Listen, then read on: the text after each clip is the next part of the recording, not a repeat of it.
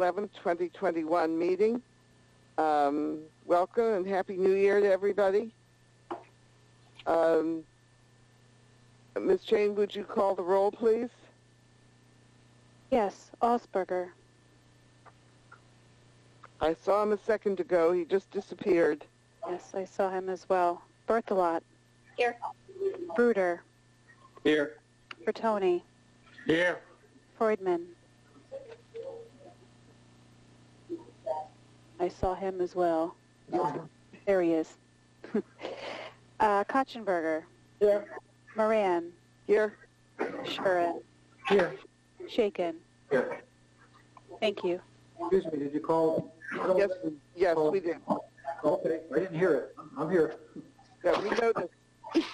We were aware that you were here. All right, the first item on our agenda is approval of the December 14th minutes. Is there a motion to approve?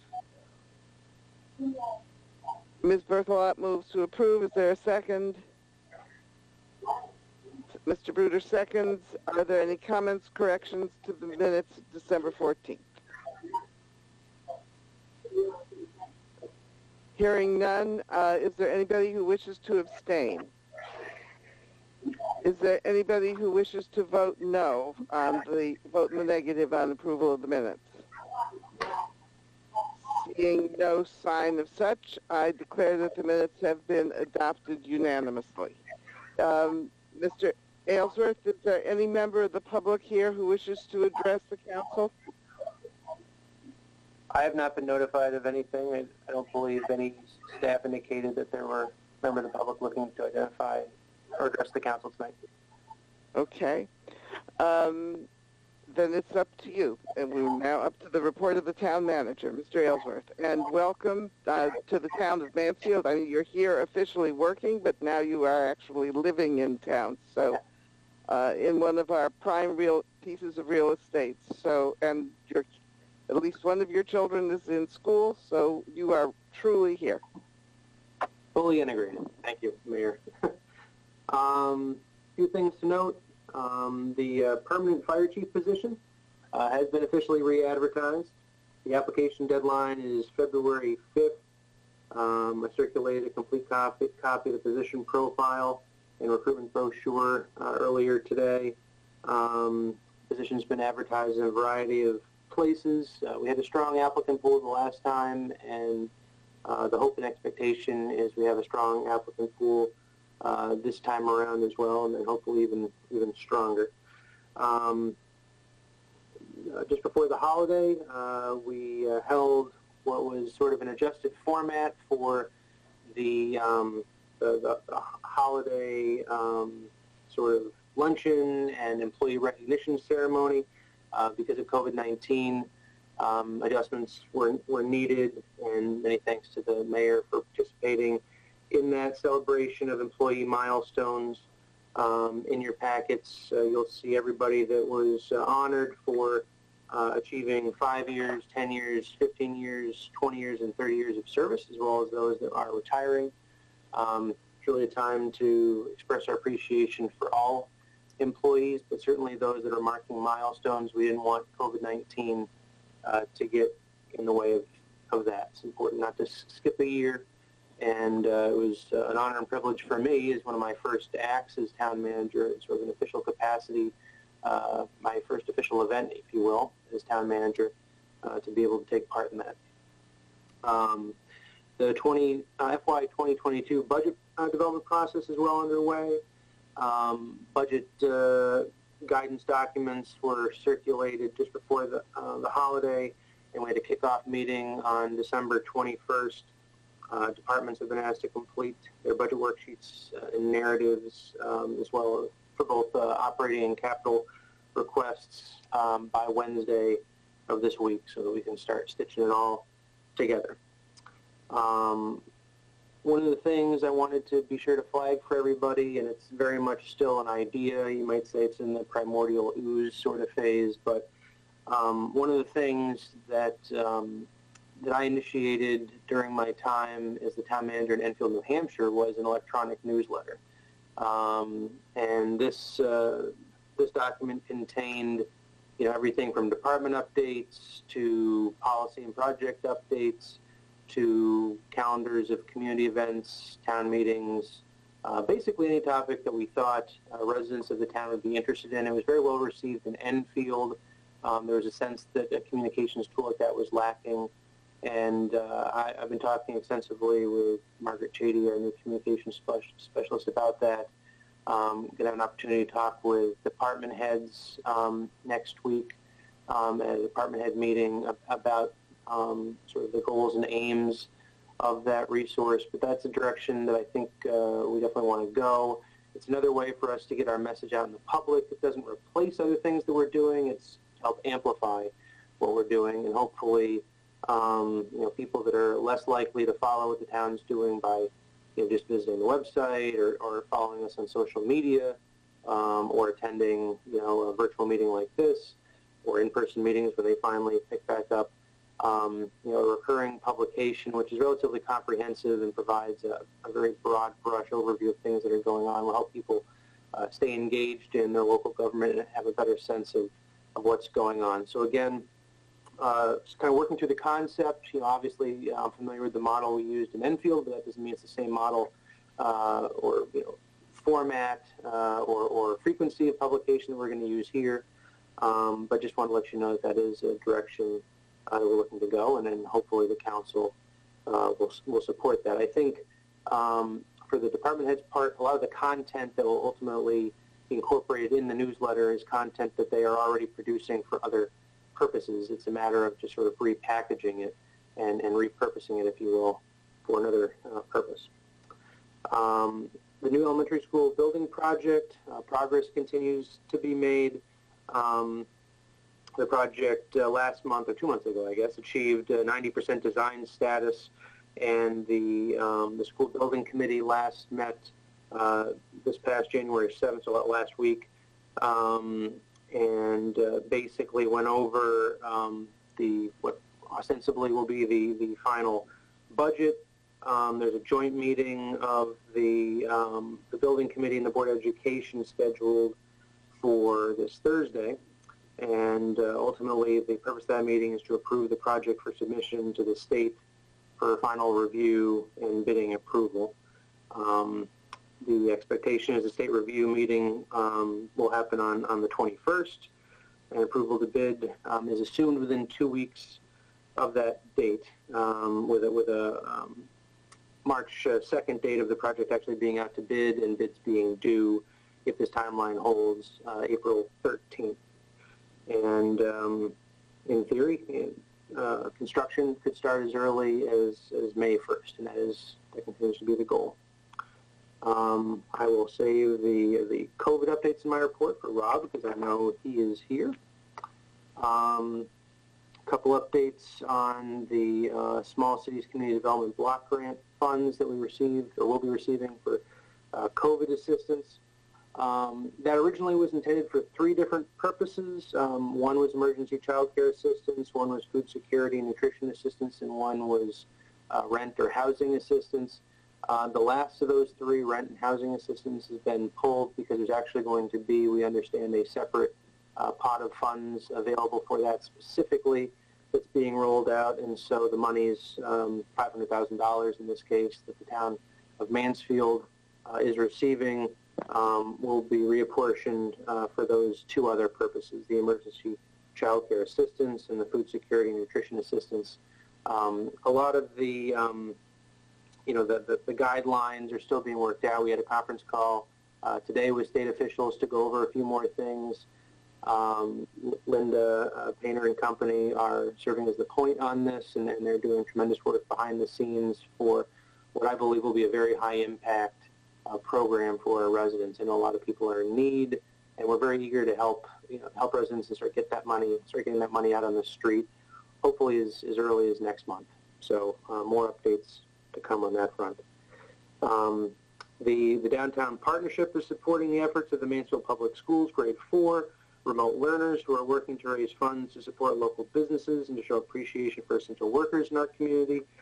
They will use the money they raise to purchase gift cards from local businesses and then donate the gift cards to essential workers at Wyndham Hospital. The campaign just started this week, and the partnership has already heard from a lot of businesses that are very moved by this idea, which originated with the kids, as I understand, with the fourth graders. So great of them to be thinking like that, civic-minded already.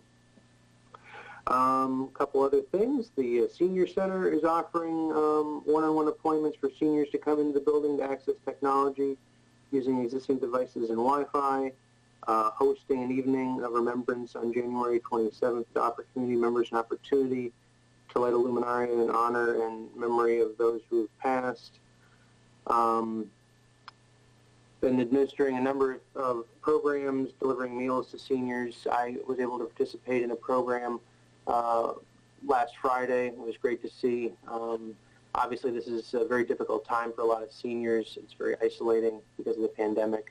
And while you need to be very diligent from a public health standpoint, and you know, a drive-through sort of format might not be you know, as enjoyable from a standpoint of social interaction, you know, it's great to see, you know, staff and volunteers doing everything that they're doing to make sure that our seniors are getting a nutritious meal and help, you know, connect with them at least during some point over the course of their week. As far as the library goes, browsing appointments are now being scheduled. They're going to start next week. These are 30-minute appointments available up to 3 members of a single household at a time. So obviously the goal is to not have overlapping appointments amongst different households, but hopefully allowing people to get back into the library in sort of a safe and controlled manner. And I think that just about sums up, other than I guess in John's absence, I'll report that since the last report, the Department of Public Works has removed 10 trees and pruned 16 others. Also, the department has responded to 2 winter storms, which everybody will remember, and multiple treatment events expending 398 tons of treated salt, over $19,000 in overtime costs, but all for a good purpose. And the rest of my report you have in writing. If you have any questions, feel free to ask. Ryan, did you mention the fact that the school building committee would like to make a presentation to the council? I hadn't mentioned. Do you want to speak to that? I just wanted to say that the joint meeting will be with the school board, which has the formal authority. Yes. But we've asked them to make a presentation to us as well, because you need to know where things stand. It's quite a bit different than what people thought they were voting on in the beginning, although it's still net neutral and innovative and interesting. So, but you need to, it's going to be very interesting for you to see where the building committee has gone. So. And actually, maybe just one more quick note on that project. There's been a lot of expressed interest and concern in the impact the project, the construction will have on the availability of Field C. And so I just want to let everybody know that we're arranging for a meeting. I believe it's going to be midday, day after tomorrow, actually. Meeting of myself, both superintendents, our rec director, representatives from the Little League, Mansfield Little League, as well as the athletic director from E.O. Smith to really put our heads together and figure out what the best alternative is. Given that it does not appear there is an alternative, it seems that using Field C for the project, it's going to be interrupted inevitably, and so we need to find an alternative site for Little League as well as varsity softball. Terry. Yes, thank you. It's so fantastic. The CDBG grant, $500,000 is really significant, and it's really amazing that the folks will be able to help have 80% of median income, which is $75,000 for a family of 4. That's terrific. That's going to help a lot of people. My question about it, just for clarification, is that whether this money is only going to be available for Mansfield residents or if it's broader reaching. Right now, this is just Mansfield residents. There was that theme came up earlier today when we had that conference call, and I wouldn't say that the door is closed on things perhaps evolving that way, but this specific money that we received, and we think, while it's a substantial sum, as you can appreciate, Terry, it'll probably get used relatively swiftly for very worthwhile purposes. We realize that we're in perhaps a better position in terms of staffing bandwidth to administer funds like this, and so we are receptive to perhaps playing a leading role in that front in terms of a regional distribution sort of mechanism. But right now, I don't want to misrepresent where we are right now. Right now, the intent is that this money, these funds would just be used to serve Mansfield residents. It'd be nice eventually, just thinking about people who work in Mansfield and particularly people who provide childcare in Mansfield. It'd be nice if they could also be recipients of this money if it's legally permissible and there's enough of it.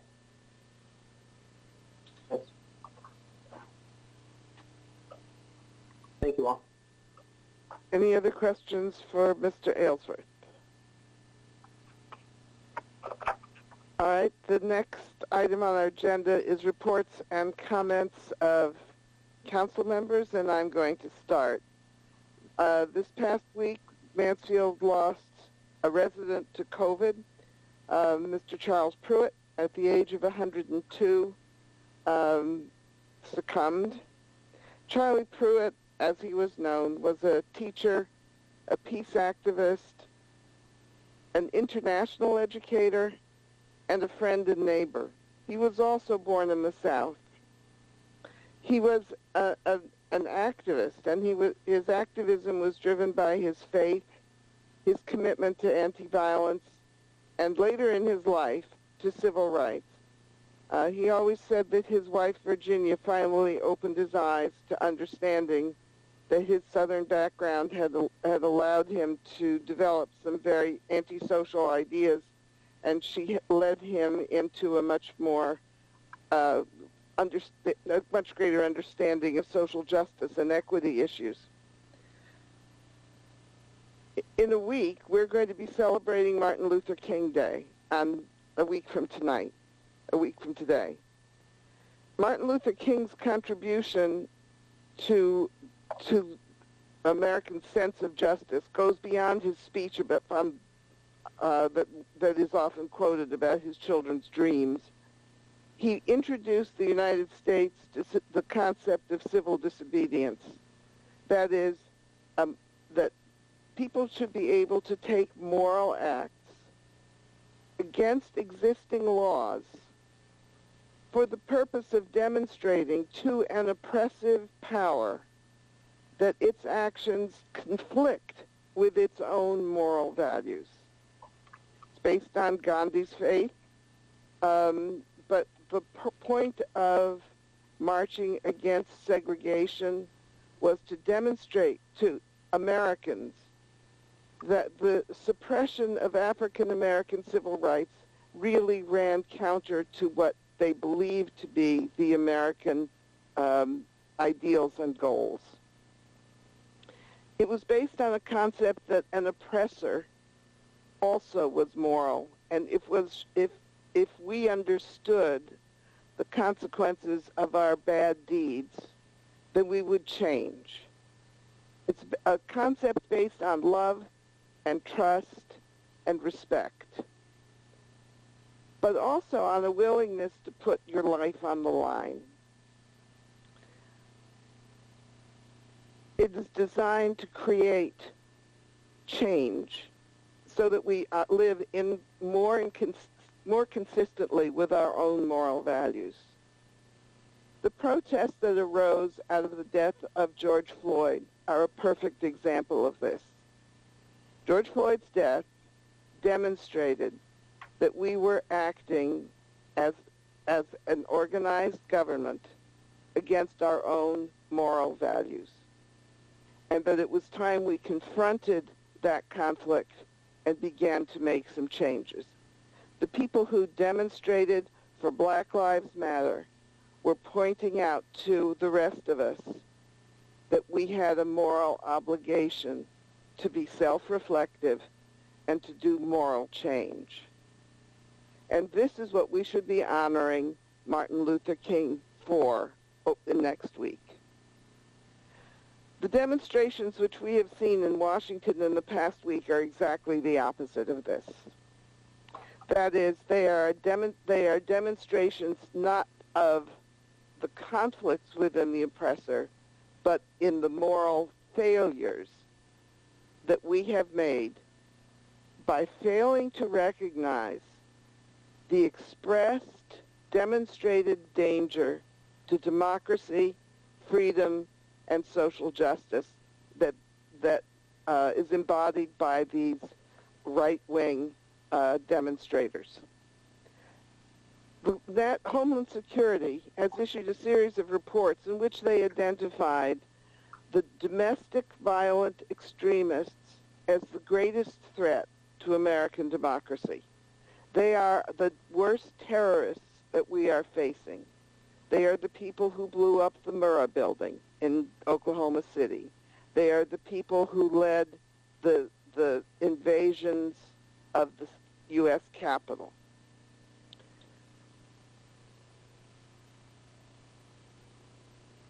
It's time that we faced the contradictions in our own political and moral systems.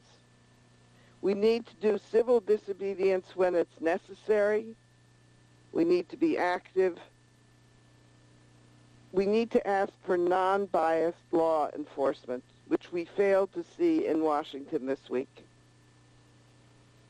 Stephen Colbert had a series of images of lines of policemen in anti-riot gear and around the Capitol, and he said, this is how we prepared for this. Oh, no, that was for Black Lives Matter. This was for they weren't there for this demonstration.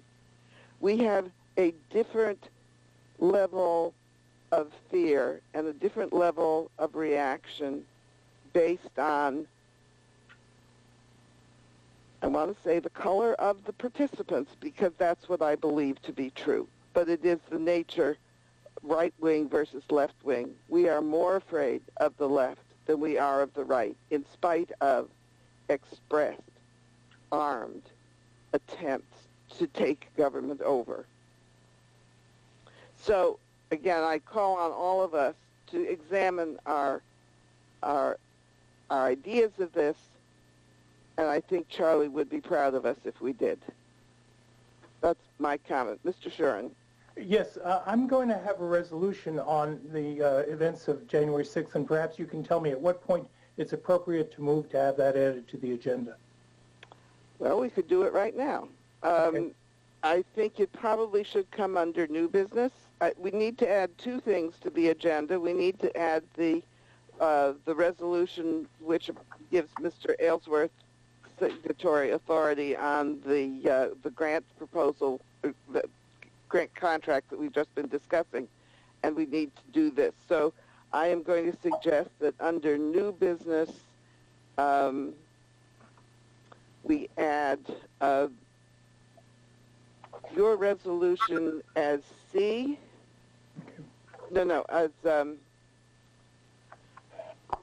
I'm going to add it as 8.1. I don't know how to number this, but to do it before the budget review calendar and the budget system, so that you would come first with your resolution, and Mr. Aylesworth would be the second one after that. If somebody could tell me what the appropriate numbering system would be, I would be appreciative. But or we could name A and B and re-letter the others following it. So is it appropriate now to make the motion to add these to the agenda? Yes. Okay, I so move to add these two items to the agenda. Is there a second? Seconded by Mr. Bruder. Is there any objection to adding these items to the agenda? Okay, I ruled that the items have been added. I've received a chat from Mr. Osberger saying he would like to speak, but he's not being seen. So, Mr. Osberger, now that we have added the items to the agenda, if you can make your comments. Can everyone hear me? Yes. All right, very good. I would just like to comment on Wednesday's happening in Washington, D.C. I attended that rally on Washington, D.C., and what I can say is that from my observation, there was a very small band of, for lack of a better description, idiots that were stirring up trouble and were causing most of the commotion. In fact, when they started climbing on the Capitol building, many people were pulling them off because they were breaking windows and just causing a lot of grief and a lot of commotion. And it made a lot of people very, very, very angry to see all of this nonsense from a very, very small band of people. For my observation post right near the reflecting pool, there had to have been 500,000, if not better, in people, close to 1 million. There was a ton of people there. And it was a very festive atmosphere. People were very calm, quiet. People were very polite. Vendors were selling food. They were selling T-shirts and banners, and it was a very interesting thing. And it was very sad to see that very small band of people breach the Capitol grounds and to start climbing on the buildings. And many of us were yelling at them to get down and to stop doing it. And they just continued on and started breaking windows. And it was a very, very sad thing to see. It was very sad based on the mood of how everyone was there, and there were some chants, but we were also told from a member of our party who is in the military. He got a phone call from a friend of his, and I can't relay the reasons or his background, but we were told that there was going to be some subversive elements there, and they would be wearing certain clothing and to stand away from them and to watch out because they're going to be there to rile up the crowd. And sure enough, there they were. They were very, very easy to pick out from the crowd. They were dressed up like Trump supporters, and they had megaphones, and they were running around trying to rile everyone up, but no one was buying into it. They just looked like a bunch of idiots running around, and people just weren't buying into the rhetoric of what was going on by that very small band of people that caused all the havoc from what we could see. I did see someone get beamed in the top of the head with a tear gas canister, and it cut his head open, and he was bleeding. And it was very sad to see that it had to go as far as tear gas. I did see a woman get shoved by the police by the police riot gear. She was about 70 years old. She fell backwards, somersaulting about 5 flights of stairs. We picked her up, and she got back up, and she got shoved again. So after that, I said, that's it. I can't be involved with this. We just backed off and just watched the whole thing. It was really sad to see what it ended up digressing into on the day, and it's sad that a very small group of people had to go ruin a nice day for the majority of the people that were there, that were really having a nice time just being patriots and standing around, and it was just that really small group of people that ruined it for everyone. And we decided at that point that, it was starting to get out of control, and we decided to leave at about 3 o'clock because they had announced that there was going to be a curfew at 6. So we said, okay, that's enough. We're out of here. We didn't want to be involved in any more of the nonsense that looked like it was taking off and getting out of control on the building itself. So I can just tell you that from my perspective and from what I observed as a trained observer, a lot of the stuff that you saw in the media and how they ginned it all up and made it sound like it was everybody doing it, such was not the case. It was a completely different environment than what was being portrayed on the media. With that, I yield my time. Thank you. Anybody else? But before I call on Mr. Bruder, somebody is there from CT Nation. Can somebody tell me what CT Nation is?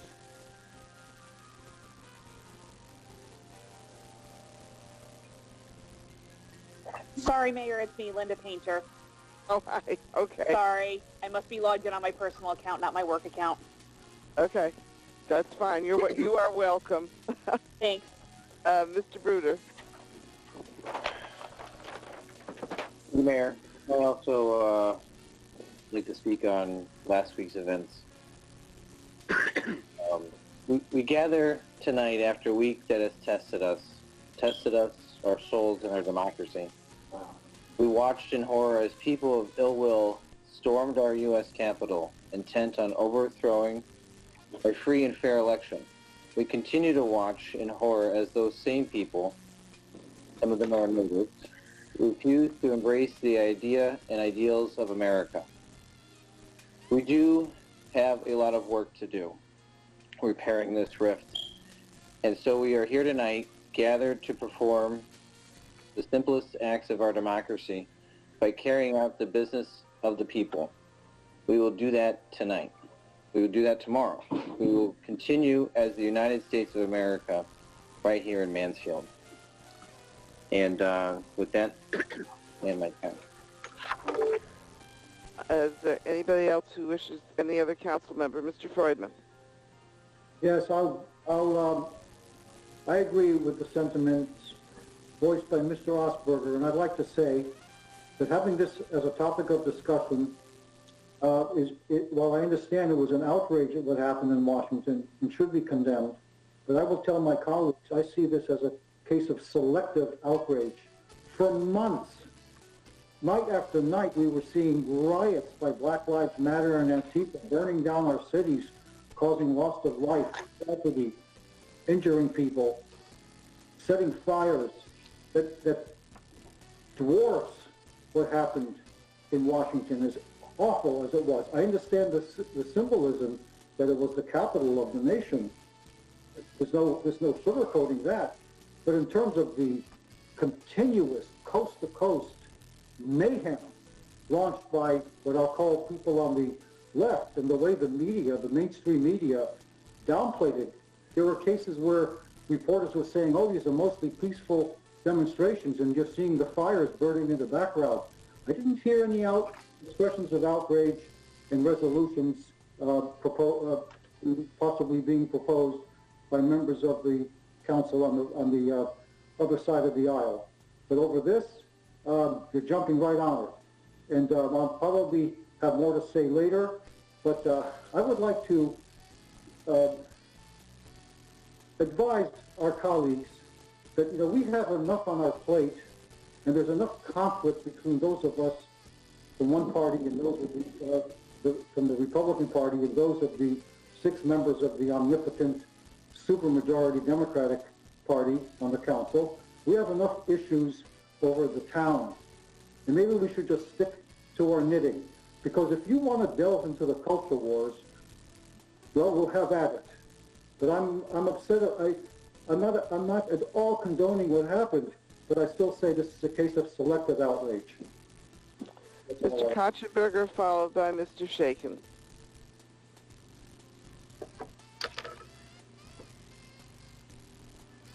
Sorry, thank you. I suggest we, rather than have this conversation, very important conversation twice, that we have it when we discuss the resolution. I was about to say a couple of comments, because I disagree very much with Mr. Freudman, but I'll try to live up to what I just suggested or recommended. Thank you. Mr. Shaken. I want to just take this opportunity. I don't normally do this. I will generally agree with my colleague, Peter, and I will save my comments specifically for the debate about the resolution. But I will say I'm frankly quite surprised to have heard the comments of the last several counselors, and a bit speechless, and I want to just point out for the record in my comments now that based on every fact that has been reported by the free press, by the federal agencies that were responsible for protection of the United States Capitol, one of whom suffered the loss of 2 of their officers, that there is absolutely no evidence that these demonstrations were organized by, and that the people who attempted a seditious act to take over the United States Congress as it was in the process of certifying a free and fair election were anything other than right-wing protesters who came to the Capitol urged by President Trump to do this very act. There have been reports that these folks these rioters chanted that they wanted to hang the Vice President of the United States and the Speaker of the House, numbers 2 and 3 in presidential succession following the sitting president, who were in fact present in the United States Capitol mere minutes before protesters reached the door of the United States Senate and the United States House of Representatives. It's frankly shocking, and I appreciate that my colleagues on the other side of the aisle condemn the violence that took place. And I'm very thankful that at least that Mr. Osberger was present, that he didn't participate. I know there are some folks from Connecticut who've been arrested for being inside the Capitol, and some who've posted evidence of them being quite near the building and engaging police as they suppress the riots. But I'm frankly shocked that we're having this conversation and not a universal condemnation of what is the first insurrectionist act against the American government in a very, very long time. Is there anybody else who wishes to offer a comment or report from the council? All right, then we will move on to old business. Mr. Miller.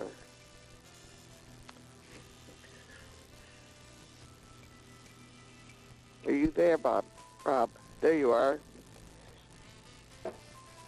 Good Welcome, evening. Rob. Thank you, Madam Mayor. Good evening. Good evening to the rest of the councilors. Thank you for having me once again. I'll try to make my report relatively brief. To start off with, I just want to discuss some surveillance information, surveillance numbers. The state of Eastern Connecticut is actually experiencing a bit of a surge right now, unfortunately, over the past 2 weeks. Certainly that could be, at least in part, attributed to the holiday gatherings that did occur over that period of time. In the state of Connecticut, or excuse me, in specific for the town of Mansfield, the 14-day rolling incidence rate for the period ending January 2nd on the state website is about 15.6, I think. But if you adjust it for the year-round residential population, it's more like 41.7. Just by comparison, statewide, the statewide rate for the same period is about 54.5. Also, just by comparison, I don't have a positivity rate specifically for the town of Mansfield, but 3 days ago it was 8.46, and today it was 6.33. During recent testing at the Mansfield COVID testing drive-through site, and 12/23, we did 207 tests for 2% positivity rate. December 30th, 130 tests and 2.4% positivity rate, and most recently, July 6th, 193 tests for 4.3% positivity rate. Overall, it's rates, prevalence rates continue to increase. Mansfield's no exception. 2 weeks ago, or 3 weeks ago, you're at 25 cases in 1 week. 2 weeks ago, you're at 32 cases. And this past week, I believe you are higher than 32 cases, but that number hasn't been finalized yet because it's still waiting for the data set to mature. So we're continuing to see upticks here locally and regionally. And so with that understanding, we continue to urge individuals and entities and organizations to be as diligent as possible in the COVID protections that we've discussed and highlighted time and time again. I've started up meeting again weekly with university and state epidemiologists regarding the Yukon. Met last Wednesday. We'll meet again tomorrow. The university's plan has been relatively well documented in the media. They're obligating all residential students to do pre-arrival testing, and then of course upon arrival, post-arrival testing, and they'll engage in a 2-week quarantine period. starting the day of their arrival, 2 weeks into class. So all classes will be distance learning during that period. They're going to be doing very aggressive surveillance testing, a large percentage of the population every week, and they'll continue to do isolation and quarantine as part of their contact tracing efforts. Despite the options, the updated guidance and options now provided by the CDC, they'll continue to use a 14-day quarantine period as opposed to some of the reduced period options recently provided by the CDC. I do know that the state's going to be coming out with updated guidance for institutes of higher ed and their efforts to start up again this spring semester, and that updated guidance from DPH should come out any day. I know the university is anxiously awaiting it. For our part, we continue to support our schools and our local municipal partners in keeping the workplaces as safe as possible, providing guidance on mitigation measures, and doing contact tracing in the workplace setting. We can continue to do that pretty routinely. I've already talked about the testing. I know the state's seeking to ramp up testing again in the region.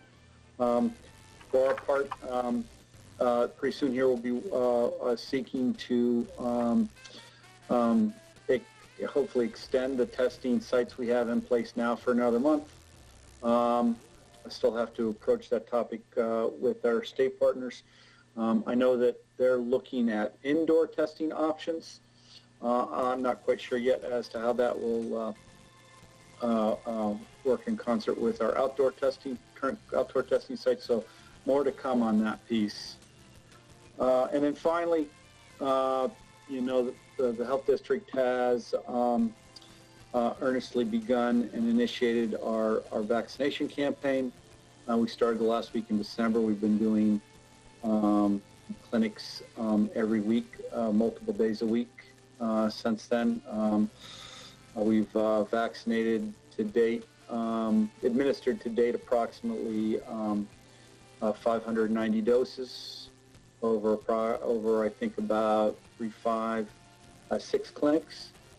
I couldn't do it without the help of our Medical Reserve Corps volunteers, which have been assisting our regular staff at every single one of these clinics. We're starting to wind down on the Phase 1A rollout, and I think we're going to be starting up the Phase 1B rollout next week. We're getting updated information every day from the state of Connecticut on exactly what those sub-prioritization groups will be. Phase 1B is a very large group. It includes those 75 and older, those in conjugate residential settings, and all essential employee workers. And the essential employee workers is in and of itself a very large group. It includes teachers, DPW, balance of first responders, infrastructure staff, a whole host of additional critical workforce sectors as defined by the Department of Homeland Security. It's a big group. It's going to take a few months of vaccinating to get through that group for the state of Connecticut. So we're all very anxiously waiting to see how the state's going to prioritize those subgroups within the broader group. The Governor's Advisory Committee on Vaccination is meeting Thursday, and so hopefully the governor will come out and announce what those groups, what the order of those subgroups will be very quickly after that. I can tell you for our part, the Health District, we're going to be working as I currently understand it, although it's interesting how quickly plans can change, but right now our plan assumption is we will continue to focus on our public sector employers and their essential workers, both on the local government side and on the public school side. once those groups are identified and announced and eligible for vaccination. This is a long-term campaign. The Health District anticipates standing up and operationalizing vaccination clinics every week from now, well through the spring and probably well into the summer. I want to just take a moment to thank the town of Mansfield and Jay O'Keefe and the Mansfield Community Center crew for hosting and allowing us some space to conduct these clinics. It's been very valuable to have a place that's so close by. Makes a big difference in terms of logistics and time, so particularly given that time and resources are very short. With the volume of work ahead of us, it's very helpful to have a place close by. So with that, I'd be glad to answer any questions that you may have. I'd like to begin by thanking Councilor Berthloff for her volunteering at the vaccination centers. It's great to see that Mansfield residents and council members in particular are stepping up. So, Ms. Berthloff, followed by Mr. Bruder. Thanks for the shout out, Mayor. I very much appreciate that. But I have to say it was a fantastic opportunity. It was fantastic to see Mr. Miller and his team. They're excellent human beings to begin with, but professionals running a really tight shift. It's very, very impressive how organized they are.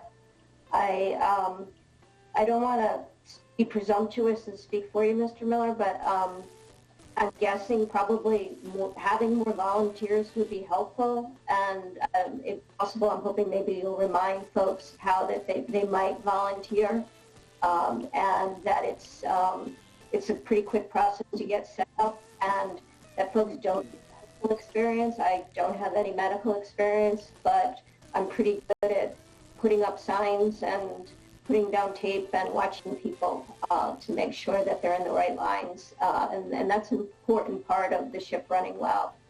And I also want to say, Mr. Miller, that I think the other town councilors would support me in saying that we were very glad that the community center did give you space. But as things ramp up, we recognize you may need more space, and that I hope that we'll all be supportive in helping you make that available, that this is truly a top priority, and that we want to support you in this. Thank you.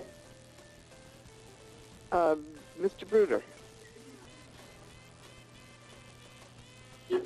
I was just going to ask, how does the volunteer process work, and what type of volunteers are needed right now? Sure. So the Eastern Hines Health District manages a Medical Reserve Corps unit. The Medical Reserve Corps, or MRC, as it's commonly called, is a federal program, and here in the state of Connecticut, if an individual is interested in becoming a Medical Reserve Corps volunteer, they can go to a website called CT Responds! And that'll bring them to a site where they need to register and complete a form expressing interest in becoming a Medical Reserve Corps volunteer. Once they get into the throes of that form, at some point they'll be prompted to identify the area that they live in or that they want to support, and you'll see the Eastern Highlands Health District listed in there, and they can just click off and select us, and then they'll be directed to our Medical Reserve Corps unit leader and coordinator, who will reach out to them directly via email and provide next steps. It's important to note that you don't have to be a clinician, a licensed clinician, to be a member of the Medical Reserve Corps. We're looking for non-clinicians because there's not only opportunities for clinicians, but lots of opportunity, as Councilwoman Berthelot had pointed out, that we need people to do all kinds of things. A shortcut to that Connecticut CT Response is go to the EHHD website. So www.ehhd.org. Right near the bottom of our homepage, you'll see a link on how to volunteer. It takes you right to that site. Mr. Aylesworth, maybe you could put on the front page of the town's website information on how people can volunteer. Happy to. Mr. Shaken. Thank you. Thanks. And Rob, thanks for the update. It's helpful. I have some concerns about UConn's, the return of residential students next week. I understand UConn's been in very close conversation with the State Department of Public Health about their protocols, but we're in a very different place than we were in August in terms of the prevalence of COVID-19 among the state population and frankly among everyone else as well. So in addition to the sort of testing and quarantine protocols, first, can you tell us whether you have had this sort of same level of contact and coordination with the university that you had in August, which was a pretty high level? And then second, can you, maybe based on hopefully that good communication, can you give us a sense of sort of what contingency plans are in place if there is a more substantial spread of COVID among the university population than we saw this summer, given the prevalence that's likely to be of students returning to stores?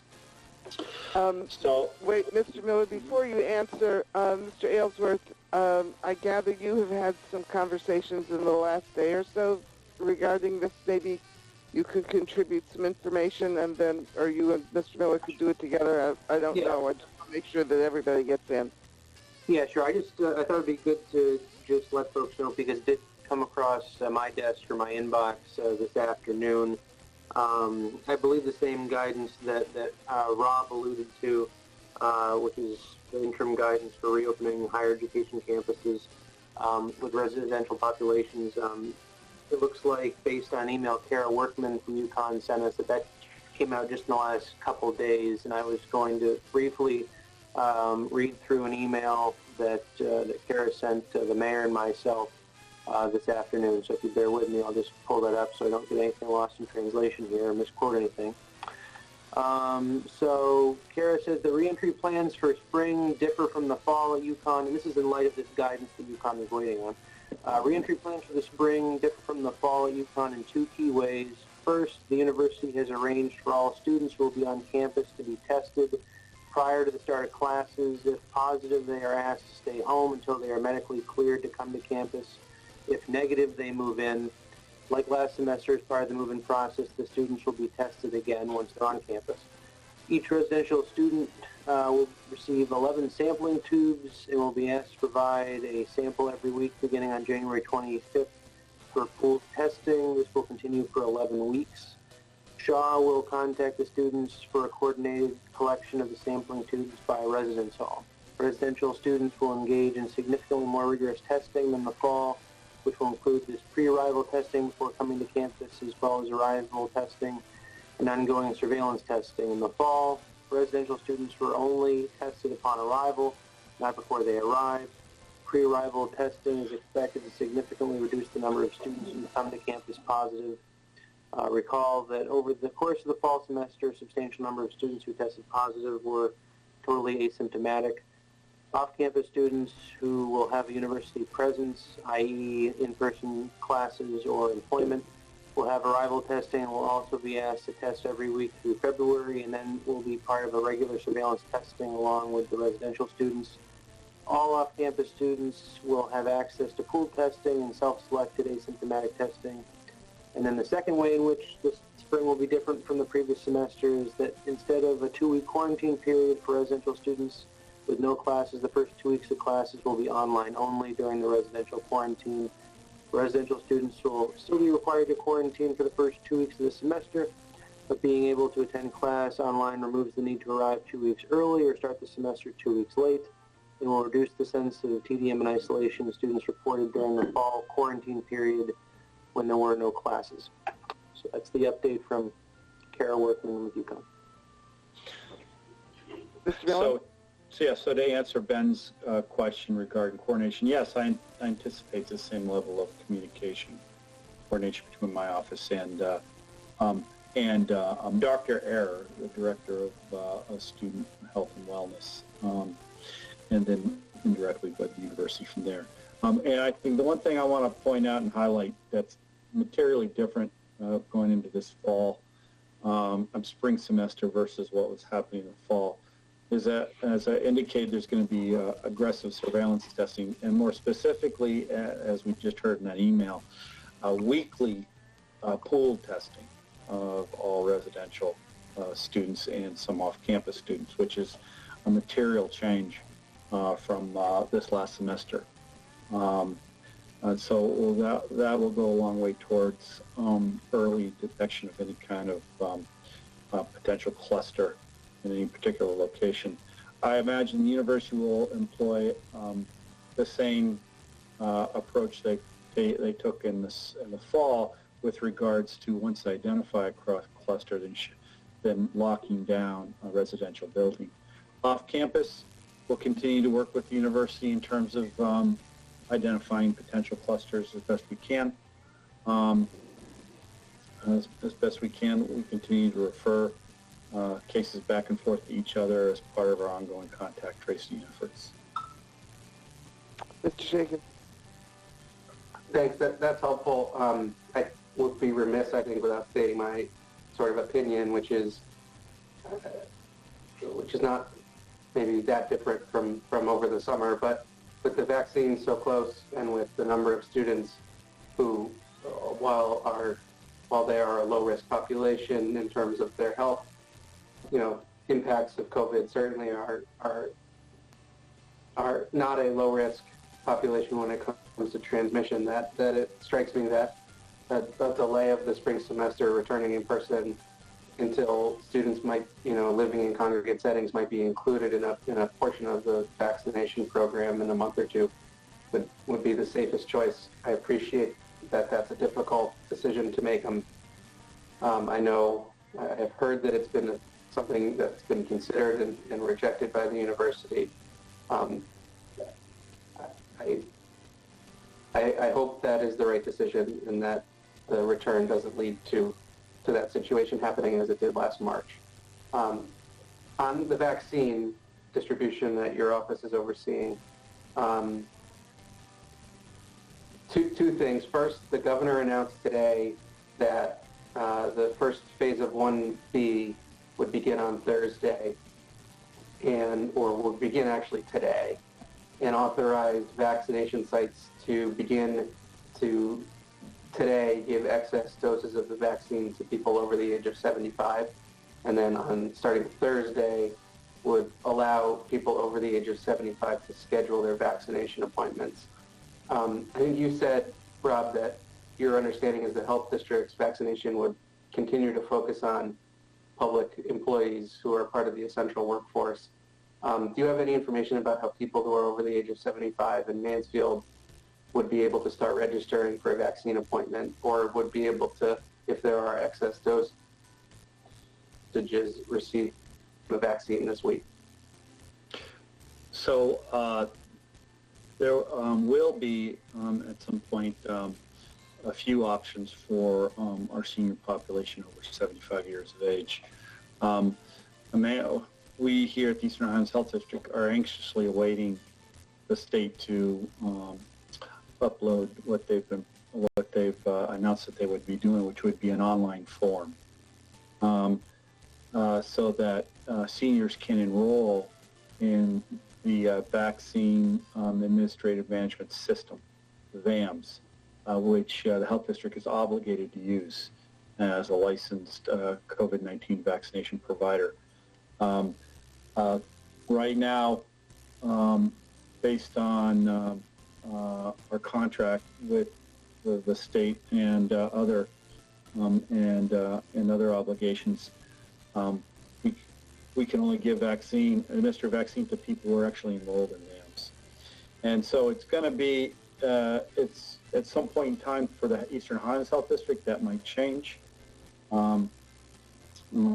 That's why, however, in the near term, we're hopeful that the state will get this online form up and ready to go, so the seniors or somebody who will be has the ability to assist them can go into this website, complete the form, and complete the enrollment in VAMS so that we could then administer a vaccine into their arms. Once this form is in the system, then there's gonna be, as we all know, there are lots of seniors, none of which are digital natives, that are in a position necessarily to access vaccine through the internet, and so there's going to have to be alternative ways for seniors to get this vaccine also. And I know the state is working on that, but it's interesting. The governor has made this announcement that that those over 75 can get it in the near term, but the reality is right now on the ground, for our part here at Eastern Highlands, unless we can figure out how to get them enrolled in VAMS, it's very difficult for us to actually do that. And that's true for many providers, as far as I know, around the state of Connecticut.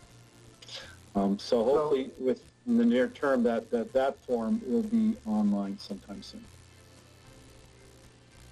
So thank you. That's helpful. And I think what the governor announced today is Thursday is that near term, that the enrollment for seniors would be live on Thursday, and there would be phone support for folks who are not digital natives. I would just say, as one counselor, and if there's a way the council needs to make this more official in order to get it going, that that I would suggest that we do it soon. We have a large population of seniors in Mansfield. I don't know offhand how many people over the age of 75 there are. It's my goal as a town councilor to do everything that we can as a town to get shots in arms of as many people as possible, as quickly as possible. We have to act within the states and the feds' prioritization guidelines, which, regardless of how quickly they're moving, we have to act within them. But now that there appears to be at least a subset of the general public eligible, I hope that our Human Services Department is doing outreach to people over the age of 75. I mean, if we have to go through the voter rolls and knock on doors, I think we ought to do it, and help people get appointments and help people get transported to those appointments, et cetera. Rob, I know the Medical Reserve Corps is a federal program that has some restrictions on its use, but it strikes me as that being a task that volunteers could undertake as well.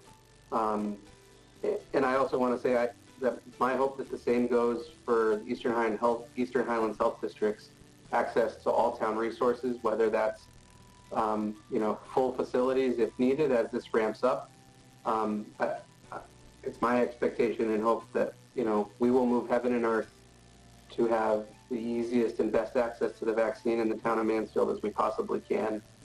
I know you're sharing the community center space with an open rec center right now, and if that becomes an untenable situation, it's my hope that we would accommodate the health district over the needs of the rec center to be open as a gym for the public.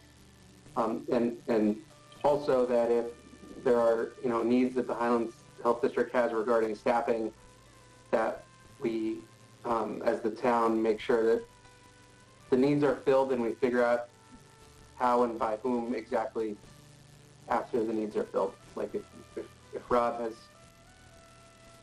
the health district has staffing needs, understanding that we share the health district services with lots of other towns, that we fill those needs and then approach the other towns later with trying to figure out how to pay for it all. I just think we need to be as urgent as we possibly can to get as many people vaccinated here as quickly as we possibly can. If I could just follow up, Madam Mayor? Sure. Some additional comments? Please. I greatly appreciate Councilman Shaken's thoughts on this matter and overtures of support. We will certainly take all the support that we can get going to this, as I think we'll understand the importance of it. I do, however, want to, set some expectations if I could do so. There's going to be, the vaccination campaign is going to be a long one. And the health district, even with the town support, it's going to be important that we pace ourselves. We did this once before in H1N1 during a multi-month vaccination campaign over many months, and it's grinding. It's not an easy thing to do. Now the stakes are higher, logistics are more challenging, and so while I think we all want to get vaccine into as many people's arms as humanly possible, it's not going to go as fast as we want. It's just not. And so I want to be clear on that point. And so I do appreciate the councilman's comments in this regard, but I want to be also careful about what we think is realistic here moving forward. The health district, Eastern Ohio Health District, serves a population of 80,000 people. Even with an anticipated vaccination rate or participation rate of 60%, we're looking at 48,000 people. I'm hopeful, optimistically speaking, even with the additional resources that we anticipate coming, that we might be able to do 2,000 or 3,000 vaccinations a month, right? That'll put us, that means we'll probably maybe have 20,000 people done, 20,000 people done, in 4 or 5 months at the fastest, at the absolute fastest. And the likelihood we won't be able to be that fast. And so the bottom line is the health district, even with town resources, is going to need more vaccinators. We're going to be dependent on state assets, hiring, vaccinating contractors to come in and support us to meet these goals. This is going to be a long-term grinding campaign. And so I think it's important that we be realistic while being as aggressive and as diligent as we humanly can. Even that, particularly in the near term, isn't going to be enough. It's going to take a lot of time and effort in this regard. And it seems to me that one of the real issues here is that as you are trying to use medical professionals to do vaccinations, you're also dealing with surges and increases in the need for medical care. So the regular staff is already being called on.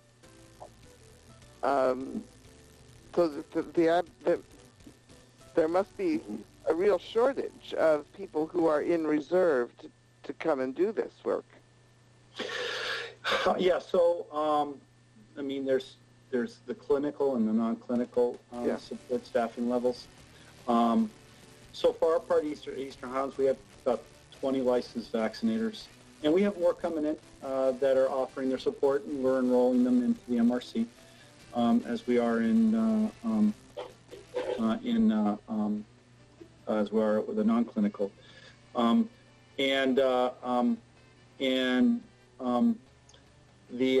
we've got about 90 or maybe 95 total MRC volunteers. So then there's another 60 or 70 or so that are non-clinical that are supporting us. That's definitely not enough. I've already started conversations with some state officials about bringing in contractors in the area to do a large-scale drive-through clinics to help support our efforts here regionally. And so those conversations have already started. The other thing I wanted to note is, right now the state's put out some preliminary plans. As I mentioned before, we are anticipating other avenues and methods for seniors to get their vaccine. The state has asked the health districts, the local towns, to if they can, target public sector employers and the public school systems because it's going to be much easier. Those are digitally competent populations that can very easily go into VAMS and book an appointment in our clinics and show up very quickly. They can get it done. With the seniors, it's a much more logistical, challenging issue. So, to Councillor Shakin's point, senior our social workers and our social services departments and other social service entities, anything that they can do to facilitate and support our senior population to figure out and get enrolled and get their shot. I think that's going to be where a lot of the support's going to come from to get the seniors vaccinated. Just to follow up briefly. Mr. Shakin, you've had quite a bit of time. Ms. Berthelot, followed by Mr. Shakin. Just a clarifying question, Mr. Miller. Do you anticipate that UConn will be doing giving the immunizations to campus employees and students, so that will be off your shoulders? It's my understanding that the university employees who are Phase 1A and Phase 1B eligible will have access, and already do for the Phase 1A eligible staff, through UConn Health, not Student Health and Wellness, but the health center and its health network. They also have the option of uploading their employees to the VAM system, and some employees can get their shots that way, because the VAM system is an open network of clinics. Our clinics are open to any Phase 1A eligible person in the area, not necessarily just Mansfield or Health District residents. And the same is going to be true for Phase 1B eligible personnel too, except what the Health District's been doing is timed, targeted messaging to our local partners who employ eligible staff, and in this also in this case to our senior populations, to those entities and agencies which represent our senior population. Again, timed, targeted messaging, letting them know that our clinics are posted to the system and that they should go on now to make an appointment, because there are open appointments available. I don't know if I answered your question or not. I think so. Mr. Shakin. Thanks. My comment was actually related to Terry's question, which is we have some time before we're anticipating most of the public is going to be eligible. But when we get to that point, sometime in the spring, hopefully, or maybe the early summer, we're talking about the need to vaccinate several million people in the state of Connecticut, and as many of those 80,000 people who live in this health district as possible. I just want to encourage, if it's Rob or Ryan or others on staff, to approach the university now and to try to start working on how we can make all vaccinators possible available as quickly as possible, even after the university may complete its round of vaccinating its on-campus staff who may become eligible early in 1B, and that unlike the testing regimen and system that exists today, where the university is only testing university-affiliated people, students and staff, that the folks who are authorized to give vaccines, nurses and doctors and others who work on campus, are continue to give vaccines to the extent possible, members of the public, as long as those members are eligible, et cetera, that we start laying the bureaucratic groundwork that needs to happen to work through all the kinks to get a system like that funded and put together, so that we can just utilize the resources we have to the maximum availability that we can. So I do have one final comment in that regard. So we do have actually an agreement with the University of Connecticut to do just that. And we've actually drilled it. Those relationships already exist. I've been, during certain opportune times, planting those seeds of reminder with key people at the university. So that option exists. It's just at some point in time, the university may have to decide what resources they have available to deploy for those points, those opportunities. They are right now are part of the initial discussion of a drive-through clinic, possibly on one of the lots in the north end of campus. But that's very preliminary. Nothing's set in stone yet, and it's very early in the conversation. All right, I have one last question. One of our concerns last year was that the focus on residential students meant that there wasn't adequate attention to the potential for spread in the community.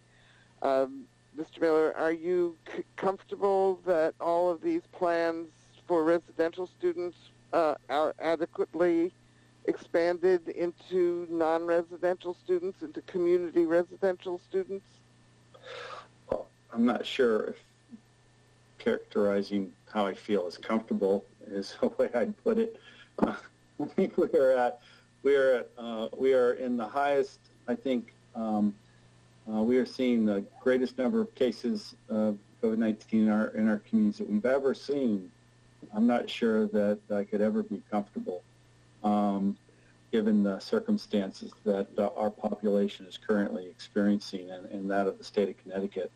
That being said, from what I've seen, the universities being diligent in their efforts to expand controls. I like them, and I'm anxious to see the DPH's updated guidance for institutions of higher education on what they should be doing for infection control, given the unprecedented cases that we've got in our population. So I'm looking forward to that. Thank you. Any further questions for Mr. Miller? Well, thank you very much, Rob. I know you that our vaccination center is a model, one of the few. Is there any other in Eastern Connecticut currently functioning?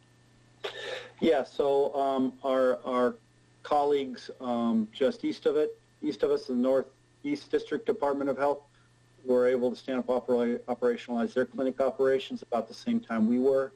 We were kind of the first two in Eastern Connecticut to get it to open up. But since then, our colleagues to the south, the Ridgelight Health District, has started up this week, and I know that some of our others are going to be starting up very soon. So, and that's an important factor in making vaccine available to not just Eastern Connecticut, but also to the health district, because the more open clinics that are part of the VAMS network operationalized, the more opportunities anybody in Eastern Connecticut could go online and book a vaccination appointment for. Okay, thank you. Anybody else which to ask a question? Then I think we'll proceed with our agenda and allow Mr. Miller to go home figuratively. Thank you once again. The next item on our agenda is the resolution. Mr. Shuren, we don't have any paper on this. Would you, although Yes. I believe you did send an email. Yeah. Well, I will read the resolution. Whereas the town of Mansfield is united in its support for democratic values, the right of free expression, and the processes of government embedded in the United States Constitution, and whereas the town of Mansfield supports and endeavors to uphold the norms of the electoral process in the United States and appreciates the work of those who have administered that process openly, honestly, and fairly in the challenging circumstances of the past year. And whereas members of our community, like people across the nation, reacted with shock and horror to the attack on our nation's capital on January 6th, believing that it represented an effort to subvert our democracy. Now, therefore, be it resolved that the Mansfield Town Council condemns that attack and mourns the tragic loss of life that resulted, including the deaths of 2 United States Capitol police officers. And be it further resolved that the Mansfield Town Council also condemns those whose rhetoric instigated or encouraged the attack and cast unwarranted mistrust of our nation's electoral process. And be it further resolved that the Mansfield Town Council reaffirms our unwavering support for truth, respect for free and fair elections, and deep appreciation of the orderly transfer of power through democratic means that so defines our nation. Mr. Shuren has proposed a resolution. Is there a second to Mr. Shuren's proposal? Ms. Berthelot seconds. Before we begin our discussion, I would like to tell you that Mr. Fatoni has left the meeting. He is not feeling well and sends his regrets. We hope he is okay and feeling better. All right, I will open the discussion. Mr. Shuren, would you like to speak to your proposal? Yeah, let me begin with just a few personal comments. I am 71 years old, and I have spent 50 years studying and coming to revere the norms of our democratic system. What we saw was an attack on that very system. The events that occurred, what led up to them, and the aftermath would remind us all that our democracy is as fragile as it is precious, that it's up to all of us to work to preserve it. I will accept the argument that only a minority of those who were gathered in Washington attacked the Capitol or engaged in vandalism or other illegal behavior. But what instigated that gathering, what generated it, was an effort to create what the president called a wild time, the effect of which was to challenge the normal processes by which our electoral system takes place. That, to me, was more than dangerous. I also accept the idea that we should condemn violence wherever it exists, for whatever purpose. There's no excuse for it. We have processes to deal with it, and peaceful, even perhaps nonviolent behavior, when in extreme cases it's warranted, may be called for. But here, this was an attack on our very system of government that we've all been brought up to revere. We see it on a small scale here in the town of Mansfield, and we see it in our nation and have for more than 200 years. And although I do accept the idea that we should not engage in discussion of national issues, we do have a great deal to deal with in our own town. Still, this is something, what happened last week was an attack on us all. And for that reason, I offered this resolution. Mr. Osberger has asked to make some comments, followed by Mr. Kochenberger. Okay, can everyone hear me? Yes. Oh, very good. I don't agree with parts of this resolution. Some of it has an air of partisanship and opinion. It paints too broad of a brush. I appreciate Mr. Shuren's sentiments regarding my comments, but my comments are based on my eyewitness observations, data that I've crunched, and information that I have physically seen. And so parts of this, I can't go along with this, and for that reason, I cannot agree with this resolution. I yield my time. Thank you. Anybody else? Mr. Kochenberger. Thank you. I support the resolution. I'm not going to be able to give the eloquence to it and deserves, and that Ron provided. I did want to address, without going into the details of the comparison of the demonstrations in the past over the summer on systemic racism and the shootings, we need to focus on this event. This event is different. It is our knitting, as David said. It is the duty, and it affects every single elected body in the United States. It doesn't matter whether you're in Connecticut, Alaska, or Alabama. We are participants and have been voted in as active players, active participants in democracy, and an attack like this is one that I think we would be not amiss, but I think it would be terrible not to address. It's not going to change things at the national level, but the more towns that do this, the more public entities that do this, I think it's will send hopefully a more powerful message than the one that was sent on last Wednesday. The other thing is, it was not simply a group of people who got out of control. We know, and we have learned more, how much of this, the planned nature among perhaps a small group of the participants, but was spread to hundreds and hundreds of people, if not thousands, within acting illegally and breaking into the Capitol. We know this was planned. That is, whether we call it an insurrection, an attack, a riot, or an attempted coup, it was a direct assault on everyone in this country and our history and the values. It is not just like any other civil demonstration. It is not a group of people who got out of hand. This has grave political implications for any democratic society, and I very much support this going in. Now, Connecticut doesn't own democracy any more than any other state in our country does, but I think particularly as one of the original 13 states, as a state that has sent soldiers to every war, including notably the Civil War, it was, at least to me, revolting and shocking to see a Confederate flag flying proudly through the Capitol building. This didn't happen, as we know, in the Civil War. It is appalling that it happened now and that we do not take action, even this, to do something to, mention discussed about that and a support for democracy. Thanks. Mr. Shaken, followed by Mr. Freudman.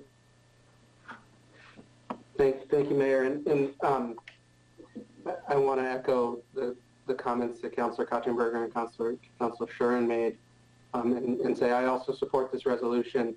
I was thinking over the weekend that as an elected body we ought to make some sort of statement, and I'm glad that we have. I also agree, and I know Councilor Freudman mentioned this earlier in the evening. Generally, I'm not someone who loves to take positions on all sorts of state and federal issues, even though sometimes we hear requests from citizens for us to take issue positions on things. But we do it occasionally, and I think as we've talked about, I think it's important that we do it on this occasion. We're just the town council here. We're just 9 sort of citizens who volunteer our time to take care of the affairs of the town. They're usually pretty mundane and boring, but so is the work of democracy. And it's really important that we celebrate it, and that also that we recognize when it's being threatened in this country. So too, frankly, should have been the United States Congress receiving the ballots cast by the 50 states and the District of Columbia for the President of the United States. That is an administrative task afforded to Congress, and the fallacy that Congress had any obligation or duty to overturn the democratic will of several of those states, and that the Vice President could have some constitutional authority to single-handedly overturn the results of a democratic election. That in and of itself is an affront to the ideals and norms of the United States democracy. That then violence happened, that people rioted, that people broke down the doors of the United States Capitol, that people beat a police officer with an American flagpole, that people came, by some accounts, within mere seconds of breaching the United States Senate that was inhabited by the folks who we elect here in Connecticut and that everyone else elects around the country to do our will in Washington and in the federal government is just beyond the pale. And so this is a very small act. It's an inconsequential act compared to what will happen in the United States Congress, what will happen moving forward. And if everyone has read the news about what's being considered now as a reaction by Congress, but I think it's still an important one for us to make as a town council. I appreciate that there are counselors who disagree with me politically. I am, however, saddened that despite the attempt that Councilor Shuren made, I think, to make this resolution nonpartisan and only pro-democratic, small d, that it may not enjoy unanimous support. So I urge my colleagues to vote for it, and hopefully the nation can heal itself quickly and move on to the agenda of President-elect Biden and getting everyone in this country vaccinated. Thank you. Mr. Freudman. Yes, as I said before, this is selective outrage. There was much more violence coming from the political left month after month after month. You know, Black Lives Matter, which is an anti-Semitic organization, the last weekend in May when that Black Lives Matter along with Antifa were having riots in Los Angeles, Jewish owned businesses and institutions were targeted, and I mean targeted. They had signs that had to have been pre-made, you know, it wasn't on the spot. And those institutions were attacked, and businesses. From coast to coast, you know, you talk about the concern about the attack on our system of government. The U.S. courthouse in Portland, Oregon was attacked night after night after night. And the same kind of thing was going on in other cities, you know, Chicago, New York, many places in between. Those too were attacks on our norms of democracy. It's awful that Capitol Police officers lost their lives, but let's understand, during the outrage after the death of Floyd and others, but you know, police officers, you know, they wanted not just to defund them, they were out to target any police officer that they could find. And what concerns me about this resolution is that there wasn't anything like that when there was basically a pogrom against Jews in Los Angeles in late May, and attacks from coast to coast on many institutions of government, as well as private property and loss of life and injury on a scale much bigger than what went on in Washington. I didn't see anybody bring a resolution in those cases. So I feel this is selective, and therefore there is a political tinge to what's going on with this resolution here in the absence of any kind of resolution on many other cases. And that's why I can't support this resolution, because I believe it's one-sided. So that's why I don't support this. Mr. Bruder. Thank you, Mayor. I want to strongly voice my. I'm sorry. I'm trying to. I'm stunned at some of the comments. I don't know where there's a comparison between the Black Lives Matters movement and any anti-Semitic dealings.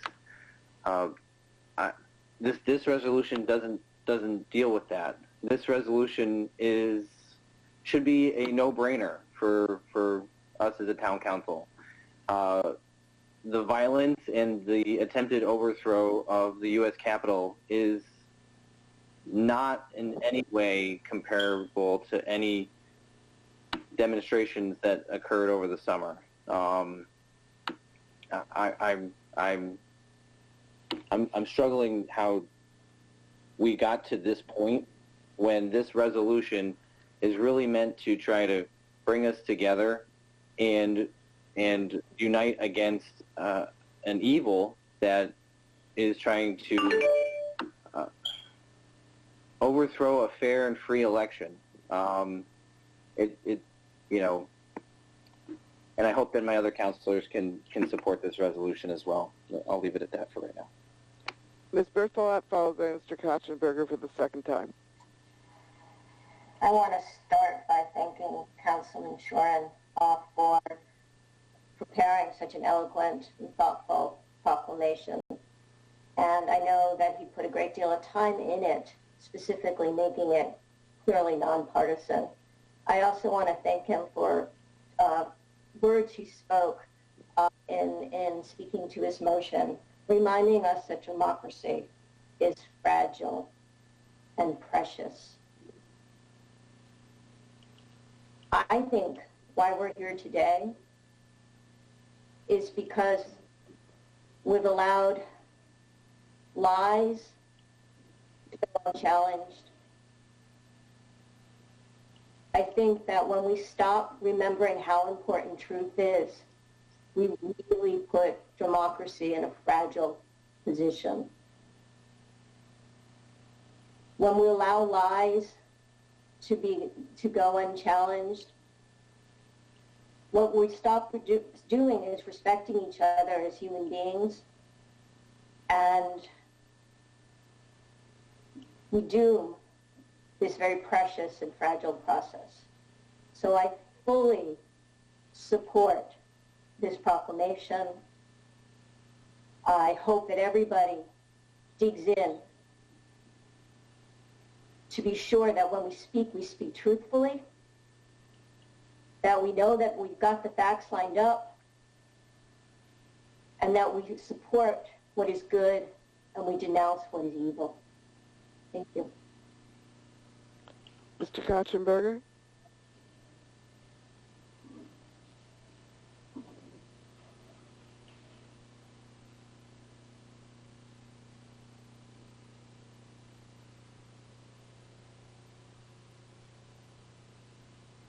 Thank you. I'm sorry for the delay. Continued problem of trying to mute and unmute. This is my second time speaking. I'll keep it hopefully very short. As I look through the resolution, and this isn't, I agree with what Terry just said and others, I'm not sure what's controversial or partisan. It's not democracy. It's not upholding the norms of the electoral process and our elections. It's not that, and, presumably it's, well, not presumably, it's not opposing the attack on the Capitol for whatever motivations. Not because we mourn the life. And certainly, I think I know everyone in this council supports truth, respect, and fair elections. So what is the partisanship in the language? And I would ask Mr. Augsburger, if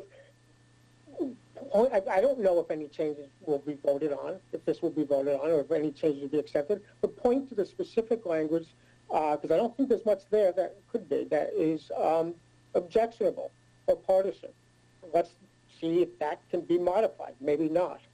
But a unanimous vote, especially for a party, for a council that has this very diverse views, political views, a unanimous vote on this is a powerful message, at least for our town. And I would ask to identify and let's discuss what these partisan words or phrases are in this document. Thank you. The question's been posed to Mr. Osberger. Mr. Shaken, followed by Mr. Freudman. Mayor, if Councilor Kachenberger asks a question of another councilor, that councilor should have an opportunity to answer the question. I agree. I agree. Mr. Osberger, are you there? Can you hear me? Yes, we can. All right. To your point, Mr. Kachenberger, there are some things on here that paint somewhat of a broad brush in respect to saying that, that everyone was involved with the attack rather than signaling out the small group of people that I observed. Secondly, I agree with having respect for free and fair elections and a deep appreciation of the orderly transfer of power. But there was a mistrust in the electoral process. And I will point out that even the New York Times had questions regarding a $130,000 vote dump in Wisconsin at 3 o'clock in the morning. It was front page news. There were many conditions, such as in Pennsylvania, where the legislature didn't make the changes to the voting process. It was done by fiat, and they were allowed to go forward. So the Pennsylvania legislature didn't make the changes, and by virtue of that, the mail-in votes should have not been counted. They should have done it the proper and legal way, the way all legislatures do, such as ourselves. To continue, I condemn the tragic loss of life. I condemn, all of the idiots that were up there that were causing all the trouble. But by the same token, when we have a question about how our process was done, we have the option in our world to address or readdress our grievances, and that is in the form of protest, and we've seen them all summer. And to Mr. Freudman's comments about the actual damage and burning down of buildings and cars and property damage that we saw all summer long without not a single word from anyone or any of these mayors or governors condemning the violence or trying to quell the violence. And now all of a sudden a small group of people, which some of which were identified as Antifa, we knew who they were, we could see them doing the damage. The fact that we can't outline this and lay this out and condemn that group of people rather than painting the broad brush and making it seem like that everyone was there was causing problems. I think, Mr. Osberger, that this resolution is directed to the people who broke into the Capitol. We are talking about the direct attack on the building. We are not talking about the peaceful demonstrators. Everybody has a legal right to demonstrate. I am very pleased that you were in that crowd, and I would not oppose it in the very least. I would like to comment that I was a lobbyist for a number of years, and the very first year I served. Point of order. Excuse. Mr. Shaken had. All right, wait a minute. Let me figure this out. A question was asked of Mr. Osberger, and he answered. Before he answered, I had called on Mr. Shaken, followed by Mr. Freudman. So we will return to that, and I will save my comments for the end. Mr. Shaken, do you wish to speak? For the second time. I do. I will start for the second time. Hopefully I can be relatively brief, just by saying my grandfather, Peter Seelman, who lives in Salem, Connecticut, was an elected first selectman there 20 years ago. Oh, no, more than that, 25 years ago. 1998 is longer ago than 20 years. He was born in Austria in 1933, born of relatively wealthy Jews in Austria.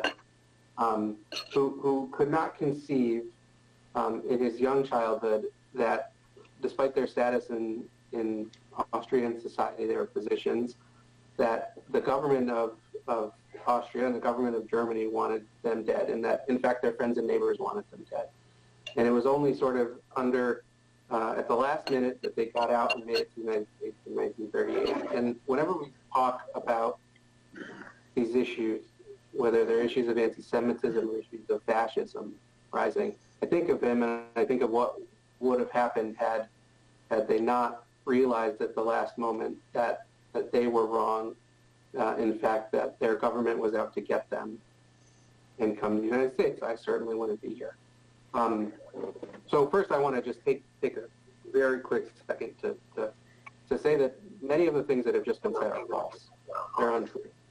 And the way that people take power forcefully is not by showing up with some weapons and taking over. They do it by building a popular group of citizens who support them despite their anti-democratic actions. And that's what I think President Trump has done. I don't want to get too much into outside of what's happened at the Capitol, but just many of the things that were said from the willful ignorance of the anti-Semitism that was present among the far-right demonstrators, the Camp Auschwitz sweatshirts, many of them wore, to the notion that the Pennsylvania mail-in voting law, which was passed by a Republican legislature in the state of Pennsylvania, was somehow illegal, are just untrue. And they've been parroted by a president who wants to cling to power by any means necessary. You can't handle losing. And that's losing in what was a relatively not very close election, by the way, by modern standards. So it's just shocking to me, and I'm very, very saddened to see that level of thinking has gone as far as the town of Mansfield. I guess I shouldn't be so surprised. And when it's clear that level of a leader sort of making things up and a network of people supporting those lies has led to the popular movement that has enough force to come relatively close to causing a really significant constitutional tragedy in the United States. That's when I think of my family who fled Nazi Germany in the 1930s and how close they came to being caught up in a movement that had that was going after them. So it shouldn't go without saying that most of the claims that Councilors Freudman and Osberger have just made through you, Mayor, are false, and they're not true. Thank you. Mr. Freudman. Yes. First, The second time. Yes, thank you. Yes, I would add to what Mr. Shakin said. My family also, escaped anti-Semitism in Europe. My mother's family in Eastern Europe, my father from Western Europe. And so I understand that, but there's far more anti-Semitism in the last decades from the left. We see that on wanton attacks on Jews in Brooklyn, Muncie, places in New Jersey, across the country, far more than from the political right. The reason I asked to speak for a second time, and I'll be very brief, is Councilor Berger seemed to dispute what I said about Black Lives Matter being anti-Semitic. It's based not just on the pogrom that they carried out in Los Angeles in late May, but based on what they had on their website for a long time until they finally took it down. But their policy positions were made quite clear for anybody who wanted to read it. So that's my comment. Mr. Bruder, for the second time. Thank you, Mayor. I think, this resolution, it should be very clear that this is and it says it in the language that we're condemning the attack and mourn the tragic loss of life that resulted. It's not talking about demonstrators or exercising their First Amendment. These were people who came to the U.S. Capitol and broke into the building and were threatening the lives of our elected officials. I don't see how that we can't all seem to get on the same page, and I hope that my counselors will all support this, because it, again, seems like a very straightforward resolution. Mr. Shuren for the second time. Just very briefly, I want to say I took great care to include in this resolution support for the right of free expression, which we all cherish. And I also want to say that in terms of the legality of the election, there were 60 court decisions that upheld the legality of that election. Okay, I think everybody is out of time except for me. So I'm going to say a couple of things. When I was a lobbyist the very first year, there was a change in political power, and I sat in the gallery of the Senate and of the House, and I watched colleagues hand over the gavel from one political party to another. The loss was extraordinarily painful, and people wept. But their colleagueship and their respect for the process prevailed. And it was an amazing education for me about what it meant to be an American. I had not observed it, and I had not really believed, although I knew it because you learn it in civics, I had not ever seen it happen. In this election year, that process is failing, and that is a very, very substantial loss. It is the willingness to acknowledge when you have lost the public support, and therefore you hand over the reins of power. That is the essence of American democracy. And I think the desire to undo an election in the face of assertions by Republican and Democratic officials who conducted the election, in face of rejections of court cases, in the face of counts and recounts, the refusal to accept the loss is as much a threat to the American democracy as is the attack on the Capitol itself.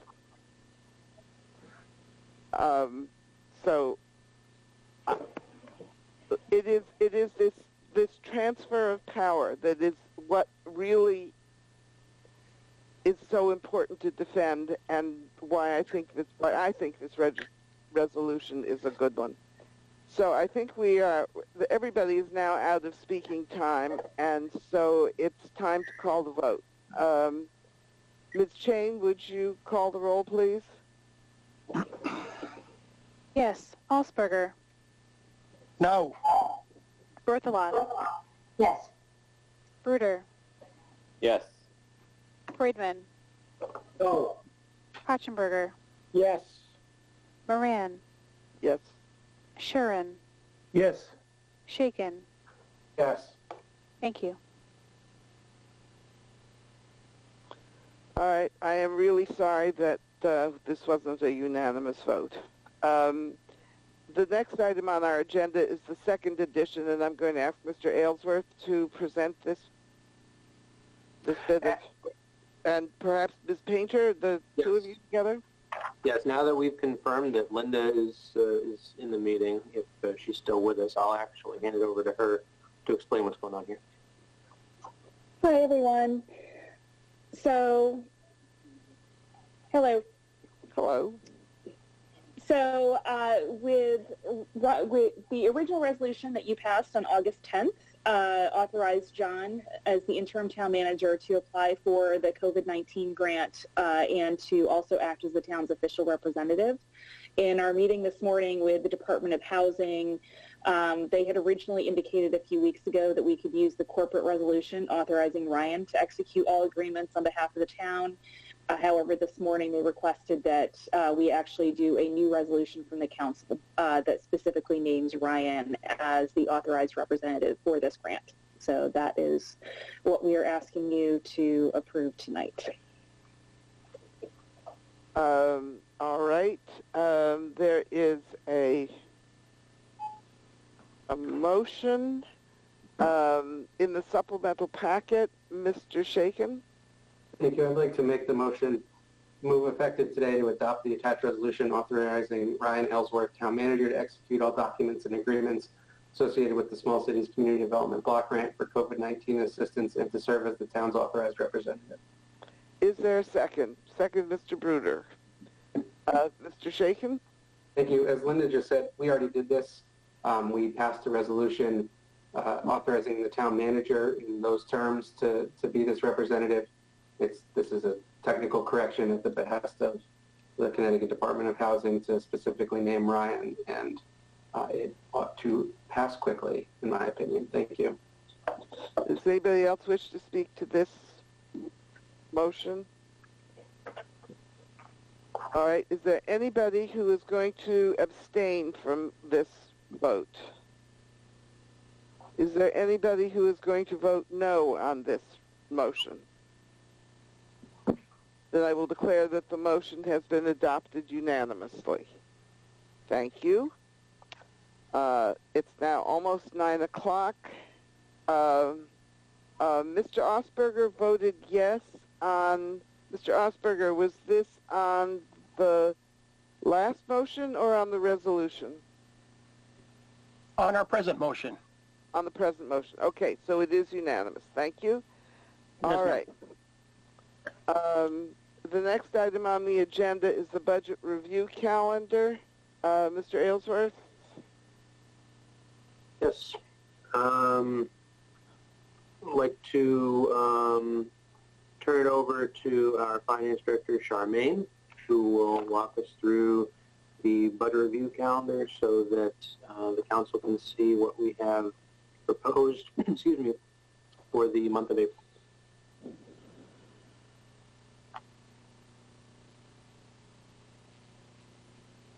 Good evening. again. Sudden it disappeared on me.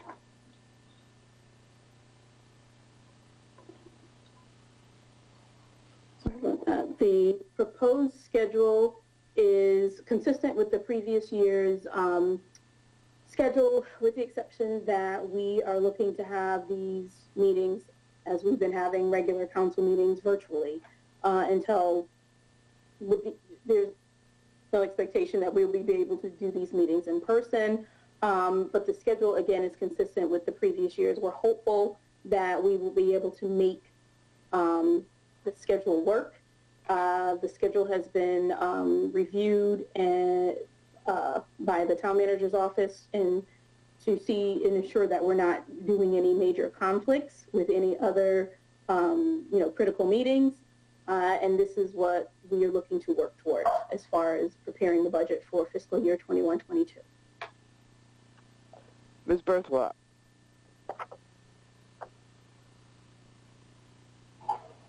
Thank you, Mayor. Just a quick question regarding the May 11th annual town meeting. It appears to be scheduled to be a live event. I don't imagine that that will be the case. I'm curious why we're bothering to post it as such. Honestly, I think that when this was drafted, it was drafted in the same template as the previous meetings were, and last year what ended up happening was they were striped out and turned into virtual meetings. So if it's the pleasure of the board to have all of these immediately slated as virtual meetings, we can do that. Ms. Berthelot? As I recall last year, correct me if my memory is wrong, we didn't actually have a town meeting. We voted, and that was it. That was the end of the process. Part of the issue has to do with the governor's executive orders. We did this virtually because there were executive orders that prohibit us from holding large meetings and from holding, even from holding council meetings. So it's unclear what the governor's executive orders will be in May. May I make a suggestion that we preface this schedule with the statement that we expect? Okay, I think it's your. Could you mute yourself, because I think it's something on your side that's causing a lot of noise. Thank you. That we preface this with a statement that these meetings will be held consistent with executive orders regarding public meetings and the pandemic, so that way we kind of cover our bases. I would just offer that I agree. I think Terry's point's well taken, that certainly as we sit here in the middle of January and May being for some 4 months away, it's hard to envision the situation being really any different, and I think your conclusion about what the outcome is going to be is probably quite accurate. But I had a brief conversation with Kevin, the town attorney, on this. I believe we have to await more definitive guidance and perhaps a new executive order from the governor to make that final. So basically on paper at this point, we're required to have a town meeting, we post it this way, and then we deviate as the situation takes shape. Well, all of the meetings are scheduled to the council chambers according to this schedule. So I would like to see at the front of this agenda of this budget schedule a statement that says, in accordance with the governor's executive orders, meetings will be held virtually until such orders change. Or Mr. Shaken. Thank you, Mayor. So the governor's executive orders expire, I think, in March, as does technically the civil preparedness and public health emergency under whose authority the governor is acting. And so we're setting a budget review calendar that begins in April. And so until the governor extends the civil preparedness and public health emergency and theoretically, hypothetically, probably extends his executive orders permitting municipalities to A, meet virtually, and B, to not hold town meetings to adopt their budget. I think we have to plan for what is in being enforced right now, which is the expiration of executive orders. So I would propose that we adopt this budget schedule, and then we revisit it if and in all likelihood when the governor extends the flexibility he's given municipalities sometime in February or March to change the location of the meetings on the publicly available schedule, and to provided that he again gives cancels town meetings, which is what he did last year, that we adjust this to reflect it. But I think we're also required to adopt this schedule sort of now, and so we do it and then revise it when we're given the ability to. Mr. Freudman? You're muted, Mr. Freudman. Mr. Osberger has asked to make the motion, and so when I call on him, he will make the motion. Mr. Freudman?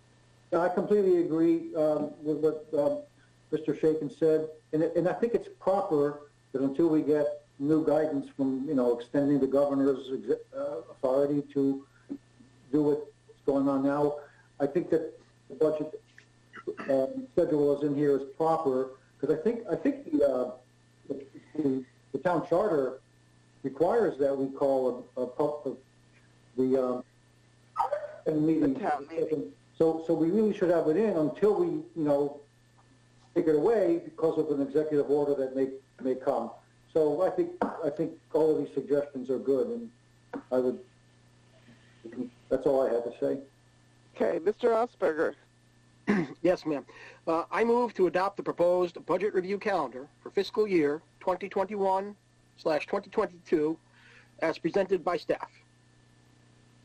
Is there a second? Ms. Berthelot seconds. All right. Any questions? All right. Is there anybody who wishes to abstain? Is there anybody who wishes to object? All right. I declare Mr. Osberger has voted in the affirmative. I declare that this has been adopted unanimously. Thank you. All right, the next item on our agenda is salary budget transfers. This came out of finance, so Mr. Katzenberger, I believe you have a motion which does not require a second. Thank you, Mayor. Yes, we had our Finance Committee meeting before, started at 6 o'clock tonight before the Town Council meeting. We have a couple of motions, the next couple of motions are ours, and I will turn it over to Charmaine to see if she has anything she'd like to add or comment on, and if not, I will put the motion on the floor. Generally speaking, the shifts and changes to the salary budget is based off of primarily based off of COLA, as that was placed in your contingency lines, part of the budget process. And as those respective, now that we're in mid-year, we need to move those monies to the respective department budgets to accommodate the salaries that have increased as a result of COLA, in addition to those step increases. Some of the more notable items in the document are based off of the police officers who are no longer on staff. So again, it was the net neutral impact, but when you're looking at the salary budgets, there's a reduction to accommodate for them no longer being on staff or employed by the town for the benefit of being contracted back to Region 19. Additionally, more notable pieces or areas of the transfers would be the decrease for engineering, the $40,540 that you see on the list, directly tied to the town engineer, where we had Derek DeLau be the interim department head for the Department of Public Works, while John Carrington was the interim town manager. And so the savings there was a result of those positions not being filled while Mr. Carrington was operating as the interim town manager. On the municipal management side, you'll see an increase of $23,490. That's as a result of Mr. Carrington being the interim town manager, while Mr. Aylesworth had not arrived, and then the addition of our communications specialist who showed up 2 months prior to what was originally budgeted. So there's a bit of a mix there as a result of all those moving parts in the town manager's office, but that's kind of where we're netting out. Overall, we are at a net decrease of about $86,080, which now leaves our balance in the contingency fund to $161,530. So those are the highlights, if you will. Okay. Mr. Kotchenberger, are you ready to put the motion on the floor? I am. The motion, by the way, is on page 15 of our packet. I move effective January 11th, 2021 to approve the salary budget transfers for fiscal year 2020-2021 as presented by the Director of Finance in the correspondence dated January 4th, 2021. All right. Further discussion? Mr. Freudman? Yes, I had a question before. Usually we get a chance to ask questions of staff before motion is put on the table right away. I just want to, this is more had to do with just semantics. When you use the phrase cost of living adjustments, is that the same as what in the contracts are called general wage increases? Because that's the nomenclature I'm used to in town parlance. I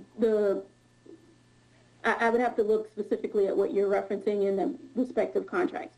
So there are, what I understand, which will be included again this year, is COLA, the 2% cost of living increase, which is budgeted for and presented to the town in the town manager's budget. Okay. And often referred to as the general wage increase. I think we have not been using the term COLA as a rule. We don't use the term COLA. I mean, in Social Security, I know uses that, but I think in the town we have negotiated agreements with the professional and technical employees in Public Works, and then we do that for the non-union employees. So we don't just declare an across-the-board COLA. It was just semantics. Yeah, it's a semantics. It's semantics.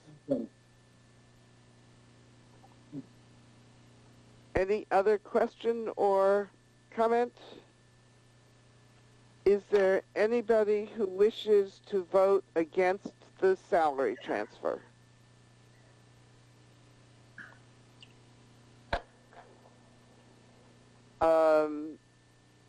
Is there anybody who wishes to abstain? Then I declare that we have a unanimous vote. Mr. Kotchenberger, I believe the next item is also yours. Correct. This is the second item. We also had tonight a presentation by, what used to be known as Blum Shapiro, now CLA, related to the comprehensive annual financial report that they had completed.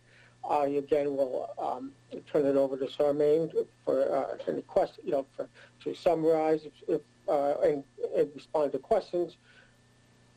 The good news, there's no bad news. The good news is that we have a very, very good record and continue to do so. With that editorial remark, I'll turn it over. Charmaine, is there anything you'd like to summarize or discuss? Again, no, I reiterate, there's no findings. There's no negative findings. We had a very clean audit, and the full packet of, I believe, 179 pages of the CAFR is available for your review. Mr. Shakin, followed by Mr. Freudman. Thanks. Just a quick note for anyone in the public who might be watching who follows these things closely. We don't have new auditors, just our auditing firm was acquired. And so if you're paging through the packet and see a new letterhead of CTA, Bloom Shapiro, who is our auditing firm, was acquired by a company called CTA, and so they are now a much larger and nationwide auditing firm, or accounting firm, I should say. And so we have the same folks working with us as we have before, but it is a new company, same as the old one.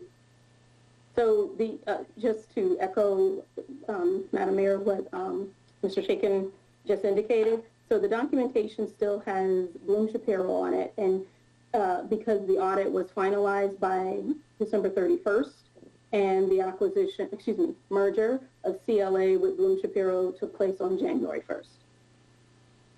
So the CLA logo will show up on the presentation that will be posted with the minutes of the Finance Committee's meeting. All right, Mr. Freudman, did you have your hand up earlier?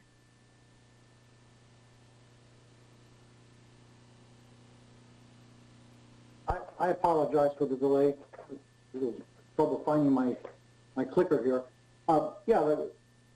This is a statutory requirement. If when a motion is put on the table, I'll support it. But I still have a couple of comments. Are they comments or questions, Mr. Freudman? Well, questions are appropriate now. Comments are appropriate after the motion has been made. Okay, I'll hold off on that. Thank you. All right, Mr. Kotchenberger, I believe it's time for the Finance Committee's recommendation. Yes, this is on page 21 of the packet. I move, effective January 11th, 2021, to accept the comprehensive annual financial report, the state and federal single audit reports for the year ended June 30th, 2020, as endorsed by the Finance Committee. All right. Who would like to comment on do you want to speak to your motion first? I think we've already discussed, the basics in terms of the good news, and then Charmaine outlining some of the specifics. So I am fine unless there are questions. Mr. Freudman.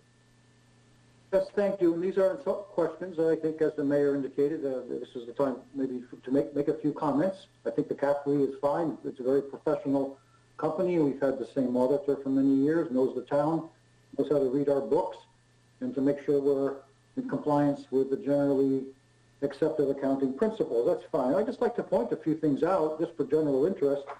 On page 45, on the sixth bullet down, so it's a little bit past the middle of the page, I just noticed that there was a decrease of $4.4 million in our fund balance. You know, everybody was real glad last spring in May when, we were getting ready to set the mill rate, which we did in the beginning of June, and a lot was made of the fact that the taxes were staying the same. Somehow I missed the fact that there was such a big bite being taken out of fund balance. If that's how we came up with a almost level mill rate, that concerns me. I know the former counselor, the late Bill Ryan, I know he urged for a decade, that we increase the fund balance, and that was diligently done year by year. But here I see it's in one fell swoop, a big amount has been taken out. That's not a good way to say, that we kept taxes stable. So that caught my eye. Mr. Freudman, would you tell us what page you're on? Oh, again? I'm sorry if I neglected to say that. It's page 45, Mayor. Sorry. I thought Thank you. Sixth bullet point down.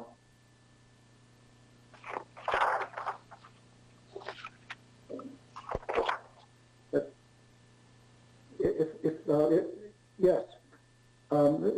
So that's just a concern. There's nothing wrong. The CAFRE is the CAFRE. It's an audit. I'm sure it's accurate. My problem is that it is accurate, if you know what I mean. Okay, on the last bullet point on the page. I hate to do this, Mr. Freudman, but on this issue, Ms. Bradshaw-Hill, would you comment on Mr. Freudman's observation? To the fact that there was a reduction? Yes. And why there was a reduction? Yes. So, absent personal witness, I don't believe that the 4.4 is directly tied to the reduction of the mill rate.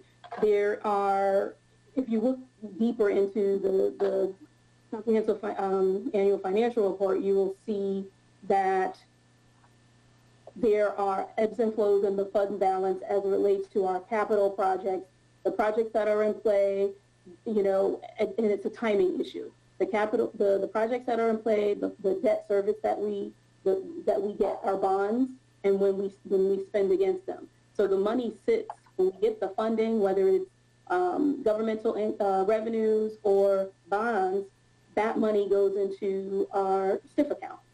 And at some point throughout these projects, we pay against it, and so the balance comes and goes.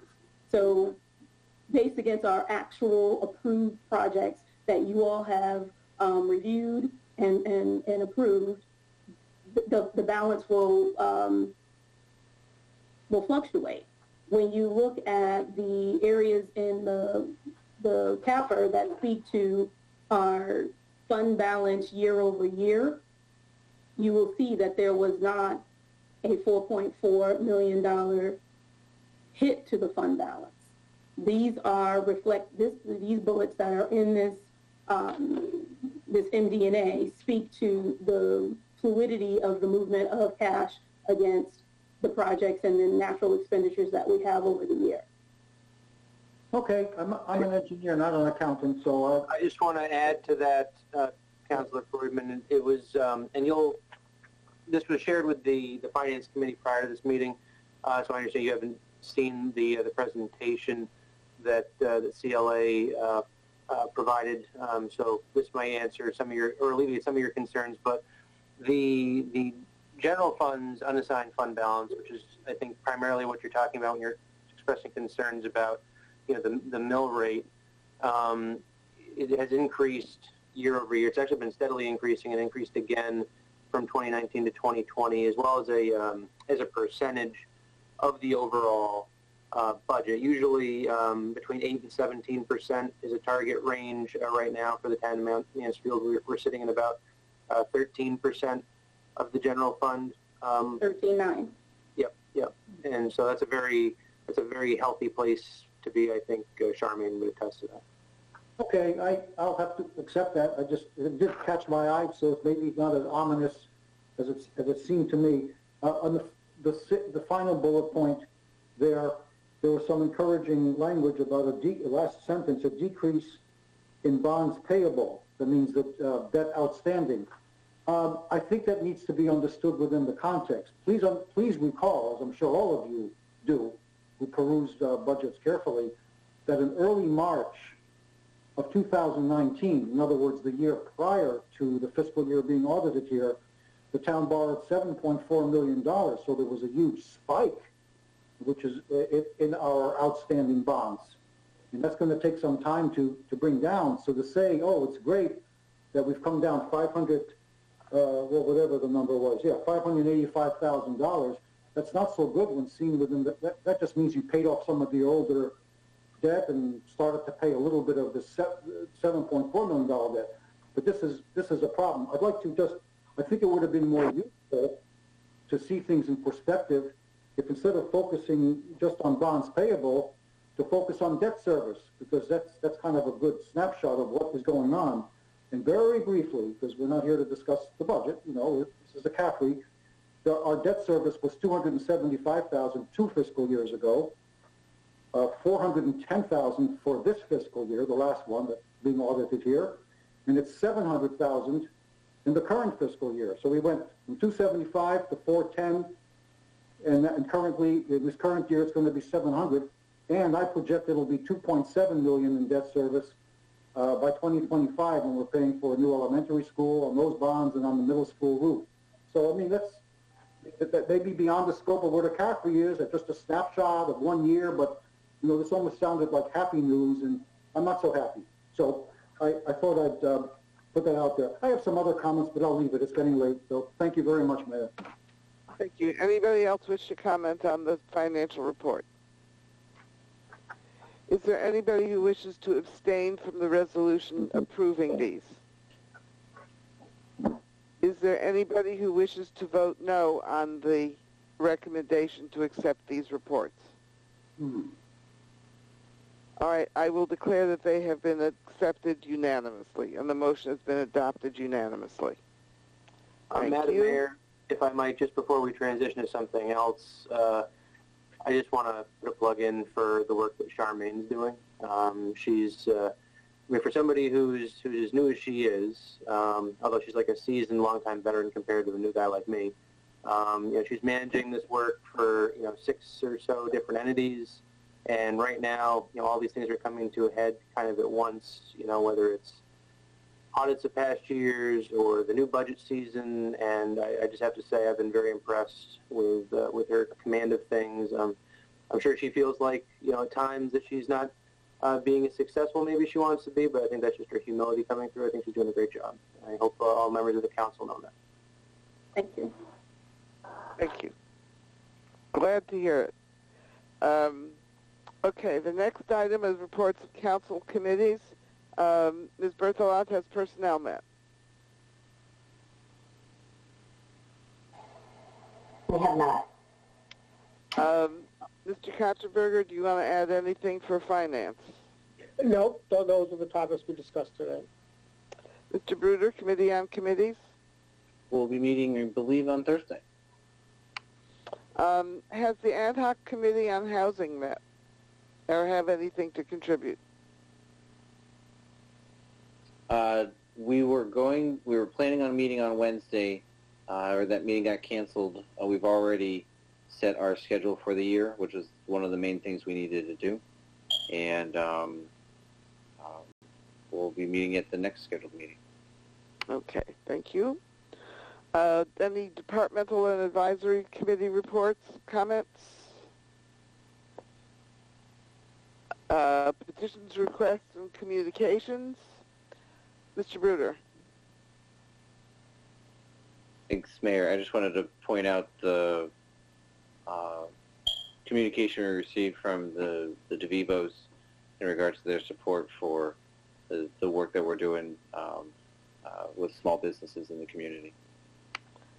Mr. Aylesworth, that letter requests a certain kind of tax exemption, and I was wondering if we could add that to a future agenda because it requires a little bit of research. Yes, we certainly can. I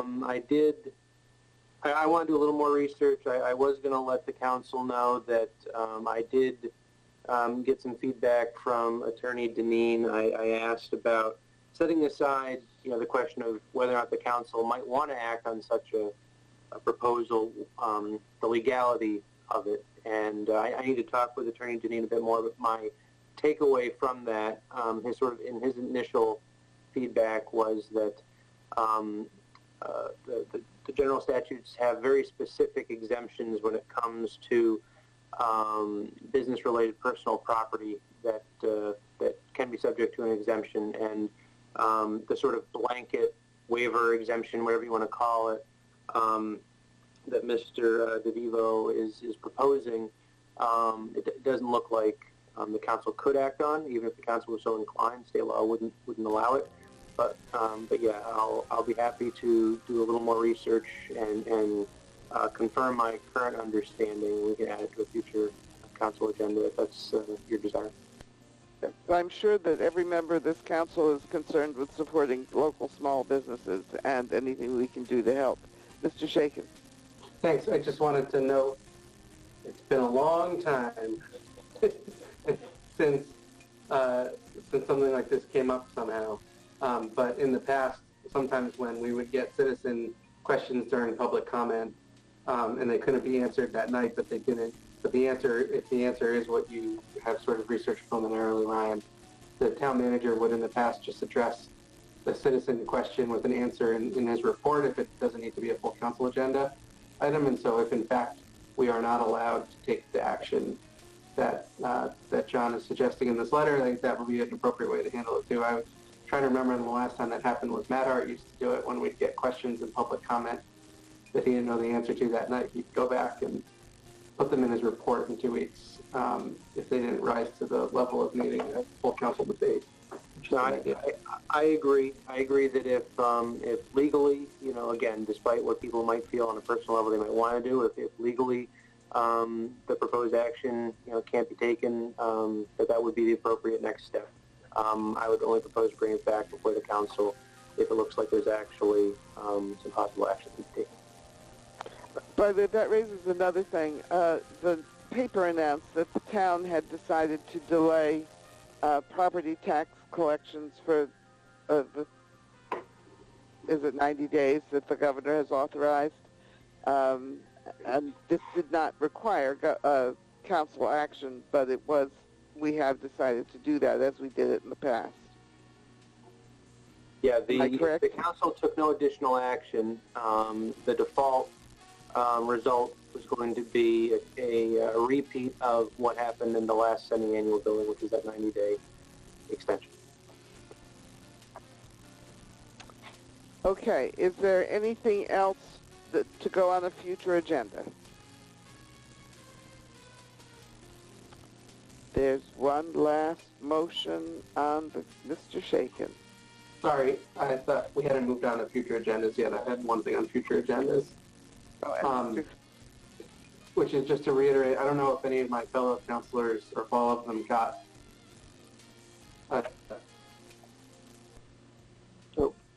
you just disappeared. You just stopped. We couldn't hear you. Go ahead. Let's try it again. Communication from a constituent. Unfortunately, you're not muted, but you're cutting in and out.